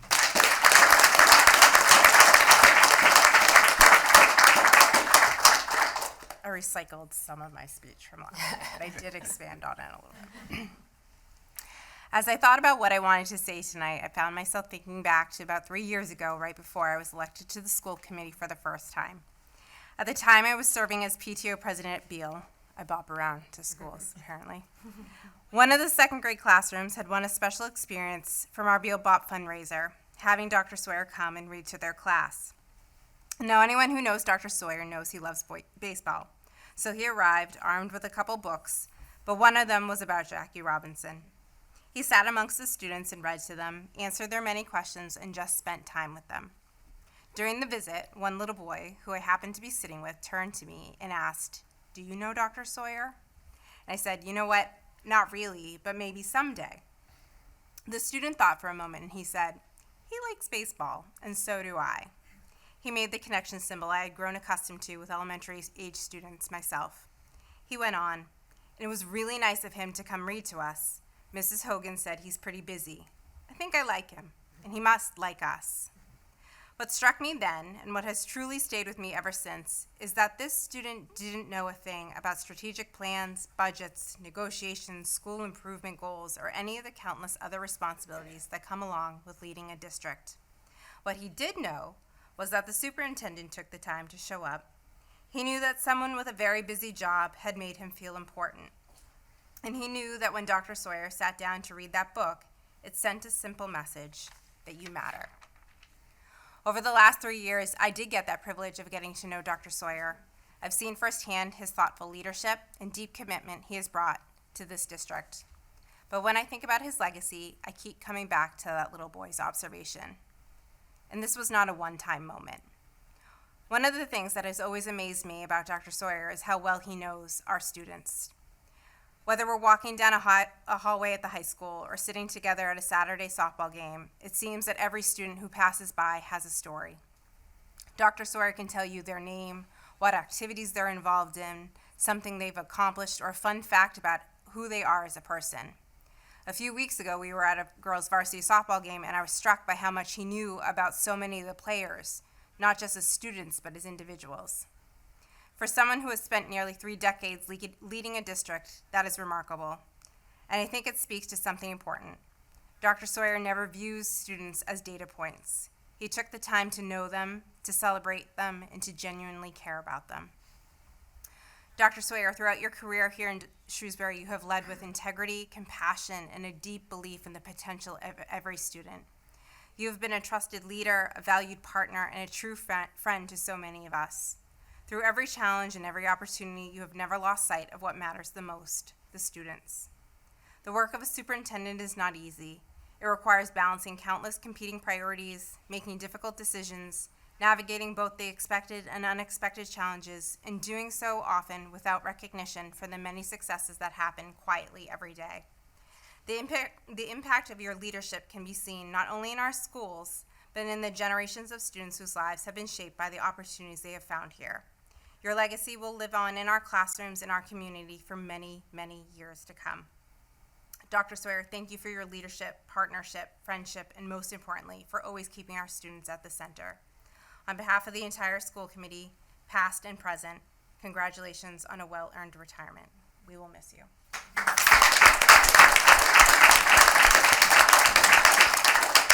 Dr. Sawyer, the school committee has selected 2 books that you are going to get 2 copies, but we will be donating 2 books to the Shrewsbury schools.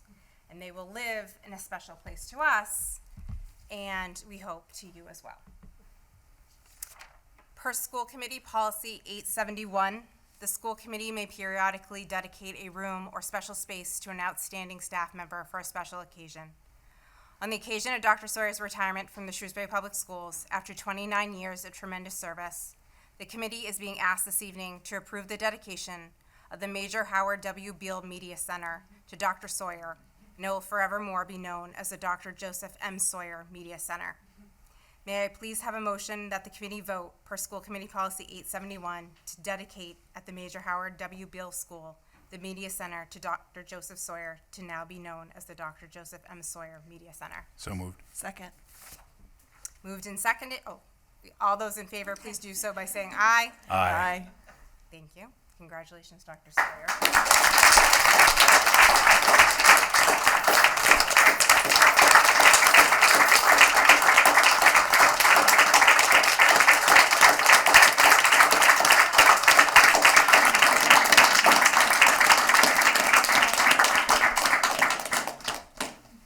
Oh my goodness.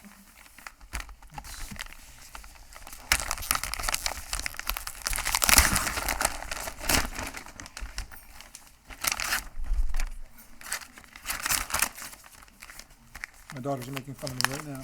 I can hear it. That is lovely. Oh my goodness. In grateful recognition of Dr. Sawyer's 29 years of exceptional leadership, unwavering commitment to educational excellence, and dedicated service to students, staff, and families of the Shrewsbury Public Schools. Throughout his distinguished career, Dr. Sawyer served the district in numerous leadership roles, including assistant principal and principal of Floral Street School, principal of Oak Middle School, assistant superintendent of curriculum and instruction, and superintendent of schools. In every role, he remained steadfast in his commitment to students and to the belief that every child can learn, grow, and succeed. Dr. Sawyer championed professional learning communities that strengthened collaboration among educators and fostered a culture of collective responsibility and continuous improvement. He worked alongside students, staff, and families to develop a comprehensive strategic plans, as well as the portrait of a graduate, ensuring that Shrewsbury students are prepared not only for academic success, but also for lives of purpose, resilience, respect, and global citizenship. As superintendent, Dr. Sawyer guided the district through periods of significant growth and historic challenges, including the COVID-19 pandemic. His leadership advanced both the Sherwood Middle and Major Howard W. Beale school building projects, strengthened partnerships across the community, and safeguarded the long-term vitality of the school district for future generations. The true measure of leadership is not found in any one initiative or accomplishment, but in the lasting impact it has on people. Dr. Sawyer's vision, integrity, compassion, and unwavering belief in the power of education enriched the lives of countless students, inspired generations of educators, and strengthened the fabric of our community. The Joseph M. Sawyer Media Center serves as the heart of the school, a place where students discover the joy of reading, explore new ideas, and cultivate a lifelong love of learning. In recognition of Dr. Sawyer's extraordinary legacy of leadership, advocacy, innovation, and devotion to public education, this space is dedicated in his honor and will continue to inspire generations of students to come.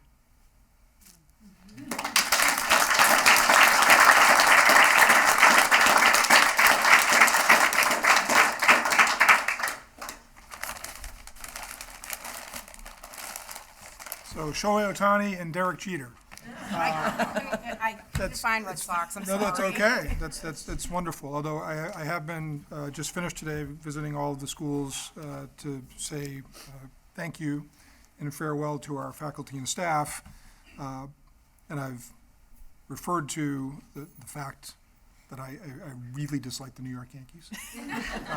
But there's only 2 Yankees, I think, ever that I've liked. One of them is Derek Jeter. So that's great. The other is Lou Gehrig. And what I had said to the staff, because people have been asking me, how do you feel about retiring? And it feels weird. I've never done it before, and I've been here a long time. And I keep returning to the idea that I just feel so lucky. And those of you who know the story of Lou Gehrig, one of the greatest players of all time, of course, but also for many years, ALS was known as Lou Gehrig's disease because he was the first prominent American, or one of the first to suffer and pass from that disease. And when they gave a tribute to him at Yankee Stadium, he famously said to the crowd that today I consider myself the luckiest man on the face of the earth. And I feel similarly. I'll be brief. This has been an unbelievable evening, and certainly so pleased for Jane, and I think people were spot on with their comments about her.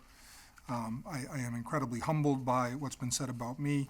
I was able to refer to some individuals last night at my retirement celebration, and I hope people forgive me because we've all been here for a bit, that I will just say generally, thank you, and that I am so proud and so fortunate to have worked with so many extraordinary people, school committee members, educational leaders, teachers, support staff.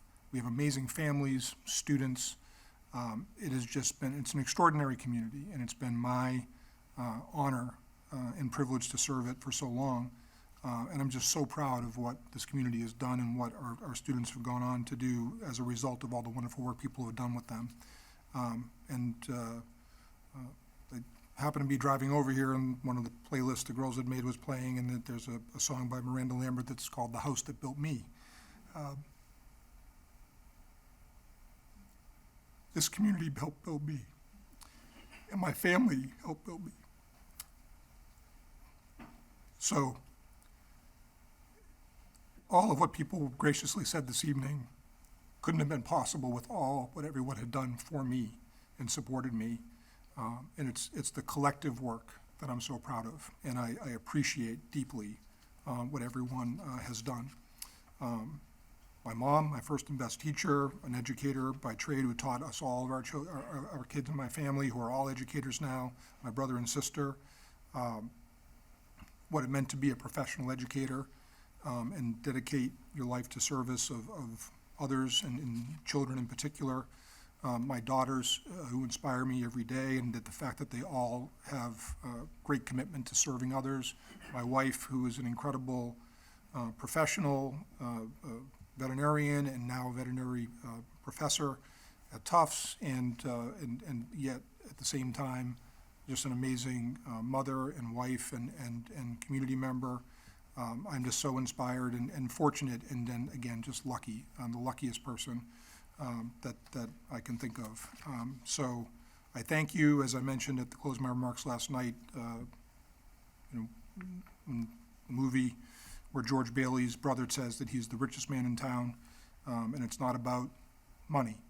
And that film is It's a Wonderful Life, and I feel like I'm similarly rich thanks to all of you and everyone that I've had the good fortune of interacting with and working with in my career in Shrewsbury. And I thank you for giving me such a wonderful life. And this honor I'm speechless about having that, and I will cherish that. And I thank you all for what you've done. And thank you.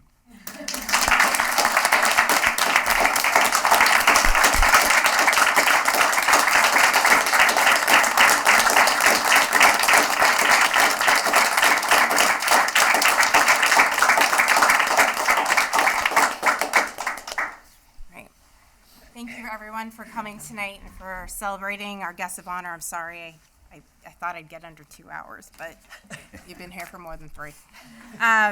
We do not need to go into executive session tonight. So if there is no further business before the committee, may I please have a motion to conclude our meeting? So moved. Second. This requires a roll call vote. Ms. Torres? Aye. Mr. Wensky? Aye. Mr. Valigapudi? Aye. Ms. Boucher? Aye. Myself, Mrs. Shreveport? Aye. Thank you, and good night.